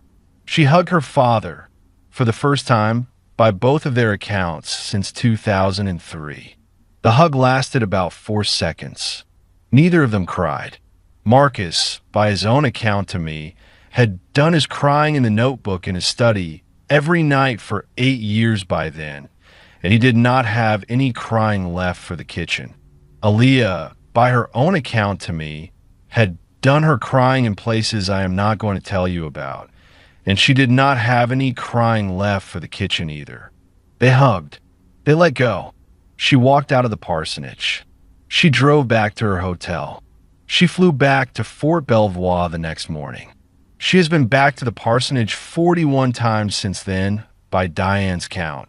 Diane keeps a small notebook on the kitchen windowsill where she writes down every visit, because Diane is the keeper of the records in that house. And that is her job, and she has always been good at it. That is what Marcus Carter did. He did it slowly. He did it badly for the first 6 years, and then he did it less badly for the next 8 years, and then he did it well enough in the kitchen in 2016 to be invited back for coffee. He has been invited back for coffee 41 times. I want to tell you what Aaliyah Carter is doing today. She is 45 years old. She is a sergeant first class, retired. She retired at 20 years in 2023 with full honors in a ceremony at Fort Belvoir attended by her mother, her brother, 2 of her former PSYD partners, Major Teresa Cole, retired lieutenant colonel, Hospital Corpsman Marcus Petrie, now a registered nurse in Traverse City, and Senior Master Sergeant Holloway, now a retired civilian living in Tucson. Her father was not at the ceremony. He was 80 years old by then. His health was not what it had been. He could not travel, and Aaliyah did not ask him to. She visited him the following weekend. She lives in a small house in a small town in the southeastern United States, in a house she bought with her retirement savings and the proceeds from the sale of a property her grandmother Eunice had owned on Edisto Island and had left to her granddaughter in a will written in 1988, 6 years before Eunice died. When Aaliyah was 10 years old and had spent 2 weeks of that summer on the porch of that house listening to her grandmother tell her, in the long evenings after supper, about working as a domestic in a white family's house in downtown Charleston in the 1940s, and about the work the grandmother had done on those evenings off, organizing the other women who worked in the houses on that street into something that was not quite a union and was not quite a club, and was, in Eunice's words to her granddaughter, what you do when there is nobody whose job it is to look out for you. So you look out for each other. Aaliyah was 10 years old when she heard that sentence. She wrote it down later in a notebook of her own, the notebook she still keeps today on a shelf in the small house in the small town, and the sentence is on the first page of that notebook in a child's careful printing, and it is the only sentence on that page. The town she lives in is not Charleston. It is about 90 minutes from Charleston by car. She drives to Charleston about once a month to see her mother, who is 77 now and who still lives in the parsonage with Marcus, who is 81 and who is, in Diane's words to me on the phone last spring, slower than he was, gentler than he was, and finally, Mr. Hatch, finally the man I thought I was marrying in 1976. Aaliyah goes for coffee. She does not stay for the 11 o'clock service. Marcus stopped expecting her to about 10 years ago. He preaches less often now. He is semi-retired. The church has a younger pastor who does most of the work. Marcus preaches one Sunday a month, and on the Sundays Aaliyah comes to town. She comes on a Saturday and leaves on a Sunday morning before the service. Marcus has accepted this. He accepted it by his own account in 2018 when he wrote in the notebook in his study on a Tuesday evening in March. I have spent 50 years trying to get her into a pew. I have her in my kitchen. The kitchen is the pew. I did not understand that until tonight. He showed me that page of the notebook when I interviewed him in 2023. He turned the notebook around on the desk and slid it across to me and tapped the line with his finger and said, "That is the sermon I should have preached in 2003. It only took me 15 years. I asked him if I could photograph the page. He said yes. I have the photograph. I am not going to show it to you because Marcus also asked me before I left the parsonage to do one thing for him, which was to not show his handwriting on camera, because the handwriting was, in his words, the one part of this that is between me and her. I am respecting that. I am telling you the sentence is real. I am telling you it is on a page of a black composition notebook in the bottom drawer of a desk in a study in a parsonage on Cumming Street in Charleston, South Carolina. I'm not going to show it to you. You will have to trust me or you will not. And either way, the sentence is what it is. Back to Aaliyah. She lives in the small house in the small town. She has a dog, a mixed breed rescue she adopted in 2021 when she was still on active duty and stationed at Fort Belvoir, a dog she named Eunice. The dog is 6 years old. The dog sleeps at the foot of her bed. The dog is the reason she gets up in the morning on the mornings when getting up is harder than other mornings. And there are still mornings 16 years after the doorway when getting up is harder than other mornings, and she has told me so. And I'm putting it in this video because she told me I could. She does two things for work now that she is retired. The first thing is that she consults on a contract basis with the Department of Defense Sexual Assault Prevention and Response Office on the development of training materials for investigators. She does not do this full-time. She does it about 12 days a quarter. She travels to Washington for it, or she does it from home over a secure connection. The contract is modest. She does not need the money. She does it because the work is still there, and there are still files being built, and there are still specialists from Detroit in different classrooms now, picking up the pen. The second thing is that she sits one afternoon a week in a small office in the basement of a Methodist church in the town where she lives. Not her father's church, not a church she attends, a church she chose because the pastor of that church, a woman named Reverend Anita Green, asked her in 2022 if she would be willing to be available one afternoon a week as a person who women in the church and women in the town could come and talk to off the record about anything, with no obligation to do anything else.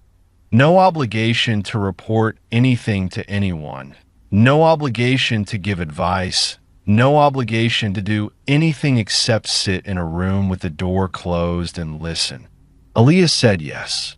She sits in that office every Wednesday afternoon from 1 o'clock to 5 o'clock with a coffee maker and a couch and a chair and a box of tissues and a small handwritten sign on the door that says, in her own printing, Walk INS Welcome. She does not advertise it. She does not have a website. She does not have business cards. She does not charge for it.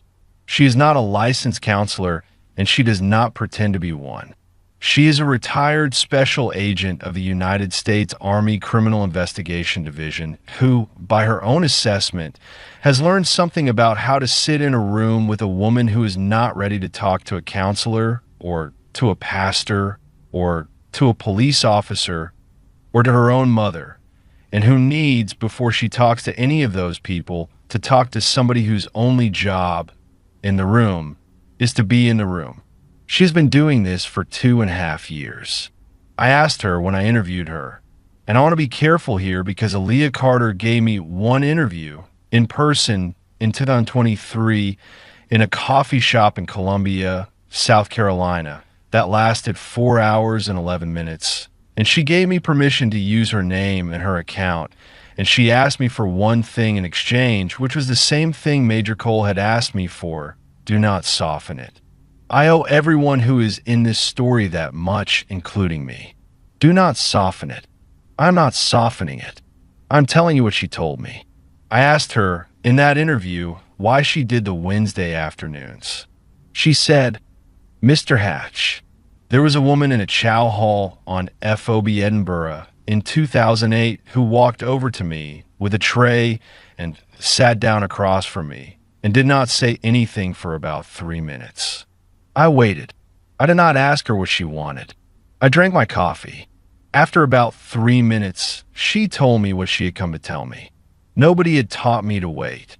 I waited because she was clearly waiting, and the waiting was the conversation. After she told me what she had come to tell me, she told me that she had walked past me in the chow hall 4 times in the previous week and had decided each time not to sit down, and that on the 5th time she had sat down because I had looked tired and she had thought, watching me, that I was somebody who would not be in a hurry. That is what she said. She used the phrase, not in a hurry. I have thought about that phrase for 16 years.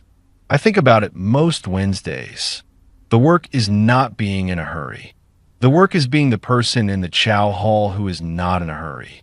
I did not invent that work. My grandmother Eunice did it on a porch on Edisto Island in the 1940s for the other women on her street. My mother did it on a kitchen table on Cumming Street for 32 years. I do it in a basement on Wednesday afternoons. It is the same work. Somebody is going to keep doing it after me. That is the only reason any of this matters. That is what Aaliyah Carter is doing today. She is the person in the chow hall who is not in a hurry. She's going to keep being that person for as long as she is able. Now I want to give you, briefly, the rest of them because I owe you the rest of them, and because Hatch does not end a video by leaving anyone in the helicopter. Diane Washington Carter is 77. She's in good health.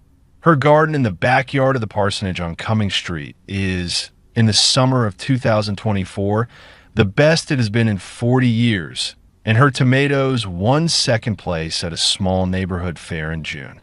She is, by her own account, finally not waiting for anyone, and she sleeps, she told me, the sleep of a woman who has done her work. Marcus Carter is 81. He preaches 1 Sunday a month. He keeps the notebook. There are now 17 notebooks on a shelf in his study, in chronological order. The first one started on the 3rd of August, 2008. The most recent one started in February of 2024. He has told Diane, and Diane has told Aaliyah, and Aaliyah has told me that the notebooks are to be given to Aaliyah after he dies, and that she is not obligated to read them, and that he is not writing them for her to read, and that he is writing them for himself, and that what she does with them is her business. Aaliyah has told me that she does not know what she is going to do with the notebooks. She has told me she does not have to know yet. She has time. Marcus Carter Jr. is 50. He is the principal of a high school in Atlanta. His school's graduation rate, when he took it over in 2011, was 61%. His school's graduation rate last year was 91%. He has been offered 3 times the superintendency of larger districts in other cities. He has turned all 3 offers down. He told me on the phone in 2022, I am where I am supposed to be. The work is here. I'm not going anywhere. He has two children, 15 and 12. His wife is a public defender. His sister visits twice a year. His sister's dog, Eunice, knows the layout of his Atlanta house and goes to the same corner of the couch every time. That is the corner Marcus Jr. leaves clear when he knows Aaliyah is coming.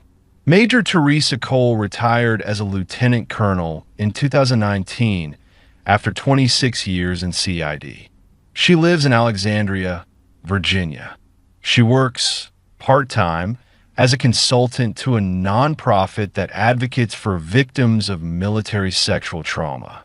She has, in her files at home, a copy of the original file Aaliyah Carter handed to Senior Master Sergeant Holloway at 0347 on the morning of the 15th of May, 2008, a copy that was made for the prosecution and that she retained with permission after the trial. The copy is in a fireproof safe in her basement. She has not opened it since 2009. She told me in the interview in Alexandria that she keeps it because it is the best piece of investigative work I have ever read, and somebody, someday, may need to know what it looked like. I am one of the people who has needed to know what it looked like. She let me look. That is how I know what was in it. I'm not going to publish what was in it because the women it did not ask to be in this video, and because Teresa Cole asked me not to, and because she is right. Senior Master Sergeant Holloway, United States Air Force, retired in 2013 with 30 years of service. She lives in Tucson, Arizona. Her grandchildren are now teenagers. She volunteers for mornings a week at a food bank affiliated with her church. She is 70 years old. She is, by her own account, finally getting enough sleep. She told me on the phone in 2022 that she has never opened the duplicate folder, which Aaliyah gave her permission to keep at the end of the trial as a souvenir of the work, and which is in a cardboard box in her hall closet, sealed with the original 3 strips of evidence tape, which are now 16 years old and have begun to yellow. She is not going to open it. She told me, the folder did its job. I did not need to look inside it to know what it did. The not looking is part of the job. Gunnery Sergeant Doyle, first name Patrick, middle name Joseph, retired from Marine Corps in 2015 as a Master Gunnery Sergeant. He lives in a small house outside Wilmington, North Carolina. He works as a contractor for a private firm that trains foreign military units in close quarters tactics. He has 2 daughters in their 20s. He keeps in touch with Bautista, who is now a retired Master Sergeant living in Yuma. He keeps in touch with Petrie. He keeps in touch twice a year by email with Aaliyah Carter. He told me in a phone call in 2023, 3 sentences I'm going to read to you with his permission because he asked me to. I did not save her. I want to be clear about that on the record. She had saved herself. I walked into the room she had walked herself into. The only thing I did was stop at 4 feet and ask if she was hurt. Anybody who had been raised by a mother who knew how to talk to people could have done that. I want it on the record. It is on the record. Hospital Corpsman 2nd Class Marcus Petrie, retired, is now Marcus Petrie, RN, of Traverse City, Michigan. He still works in a hospital. He is 42. He is married. He has a son who is 6, whose middle name is, and Petrie asked me to tell you this because he said it would mean something to you if you have followed the whole story, whose middle name is Aaliyah, spelled the way she spells it. Marcus and his wife chose the name together. Aaliyah Carter, when Petrie wrote to her in 2017 to ask if she would mind, wrote back 2 sentences. Marcus, I would not mind. Tell him when he is old enough that his middle name belongs to a person who said yes the right way at the right time, and that he should try to do the same. Corporal Bautista, Master Sergeant retired, lives in Yuma. He runs a small landscaping business with his cousin. He goes to Mass every Sunday with his grandmother, who is now 91 years old, who taught him, without ever telling him she was teaching him, in a house in Yuma, that there is a difference between giving a thing to a person and putting a thing within their reach. He has not seen Aaliyah Carter in person since the morning of the 26th of May, 2008. He has spoken to her on the phone twice, both times because Doyle put them on a conference call on a Veterans Day. He told me, in a brief phone call in 2023, that he has thought about her once a day, every day, for 16 years, and that he has never told his wife or his grandmother about her, and that he has carried her the way she did not weigh anything for 16 years, and that he's going to keep carrying her, and that he wanted that on the record too. It is on the record. Patricia Lott retired from Charleston County Juvenile Probation in 2015 at the age of 67, still lives on James Island. She is 76. She has not been to the porch on Cumming Street since the morning of the 3rd of August, 2008. She and Diane Washington Carter have, however, in the 16 years since, met for coffee at a diner on Folly Road, the first Saturday of every other month, without fail, and have done so as friends, although neither of them, by either of their accounts to me, would have used the word friends in the first 3 years of the meetings. They use it now, Patricia told me on the phone in 2022. Diane Carter is the closest thing I have to a sister in this world. I did not know that when I went up on her porch in 2008. I know it now. Diane told me on the phone in the same week. Patricia Lott preached the sermon. I will have preached it eventually. She got there first. I have been buying her coffee for 16 years to thank her, and she's been letting me. And that is what friendship is. Finally, in your 70s, you let the other one buy the coffee. Specialist Daniel Morrison's mother, Linda Morrison, still works at the regional hospital in Manchester, Kentucky. She is 71. She received, in 2014, a handwritten letter from Sergeant First Class named Aaliyah Carter on the 6th anniversary of the ambush that she has kept in a drawer of her bedside table ever since. The letter is 1 page long. I have not read it. Linda Morrison declined to share its contents with me, which is her right and which I respect. She told me on the phone in 2023, "Mr. Hatch, I will tell you one thing about the letter. It does not say what most condolence letters say. It says one specific thing that my son did on a specific day in a specific place that the woman who wrote the letter saw him do, and that nobody else in the world but her would have known about, and that she wanted me to know that she remembered. I have read that letter 40 or 50 times. I am going to read it again tonight. That is what I will tell you about the letter. The 2 interpreters who were killed in the ambush were named Muhammad Rahimi and Koshal Staniksai. Their families were located in 2009 by a CID liaison officer working in Kabul on Major Cole's specific instruction. They were paid the full amount of the Army's contractor death benefit, which had been initially denied due to administrative complications that took 14 months and Major Cole's personal involvement to resolve. The Rahimi family lives today in Hamburg, Germany, where they were granted asylum in 2021 after the fall of Kabul. The Staniksai family was unable to leave Afghanistan in 2021. I'm not going to give their current location.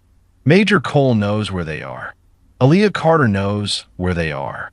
Both women have, on their own time and at their own expense, sent money to that family every quarter for the last 14 years, separately, through separate channels without coordinating with each other, both of them having discovered the other was doing it only in 2022 when Major Cole mentioned it in passing during a phone call with Aaliyah. And Aaliyah said, "Teresa, I have been doing the same thing for 14 years. And Major Cole laughed. A real laugh, the first real laugh she had given on a phone call in a long time. And she said, "Sergeant, we could have been splitting it." And Aaliyah said, "Major, we were never going to split it. You were going to do your share, and I was going to do mine. And that is how the work works." Muhammad and Koshal did not split the dying. We do not split the carrying. Sergeant First Class Russell Wayne Decker is, as I told you, at Leavenworth.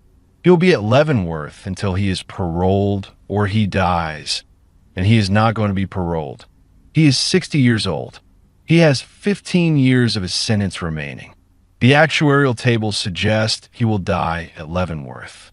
I do not have anything else to tell you about him, and I am not going to invent anything to fill the space. He is a closed file. That is everyone. I want to close. I have been making these videos for 11 years now. I have told a lot of stories. I have told stories that ended in cemeteries and stories that ended in courtrooms and stories that ended in kitchens, and most of the stories I tell end in some combination of those three places, because most of the stories that are worth telling, in my experience, do. This story ends in all three. Specialist Daniel Morrison is buried in Manchester, Kentucky.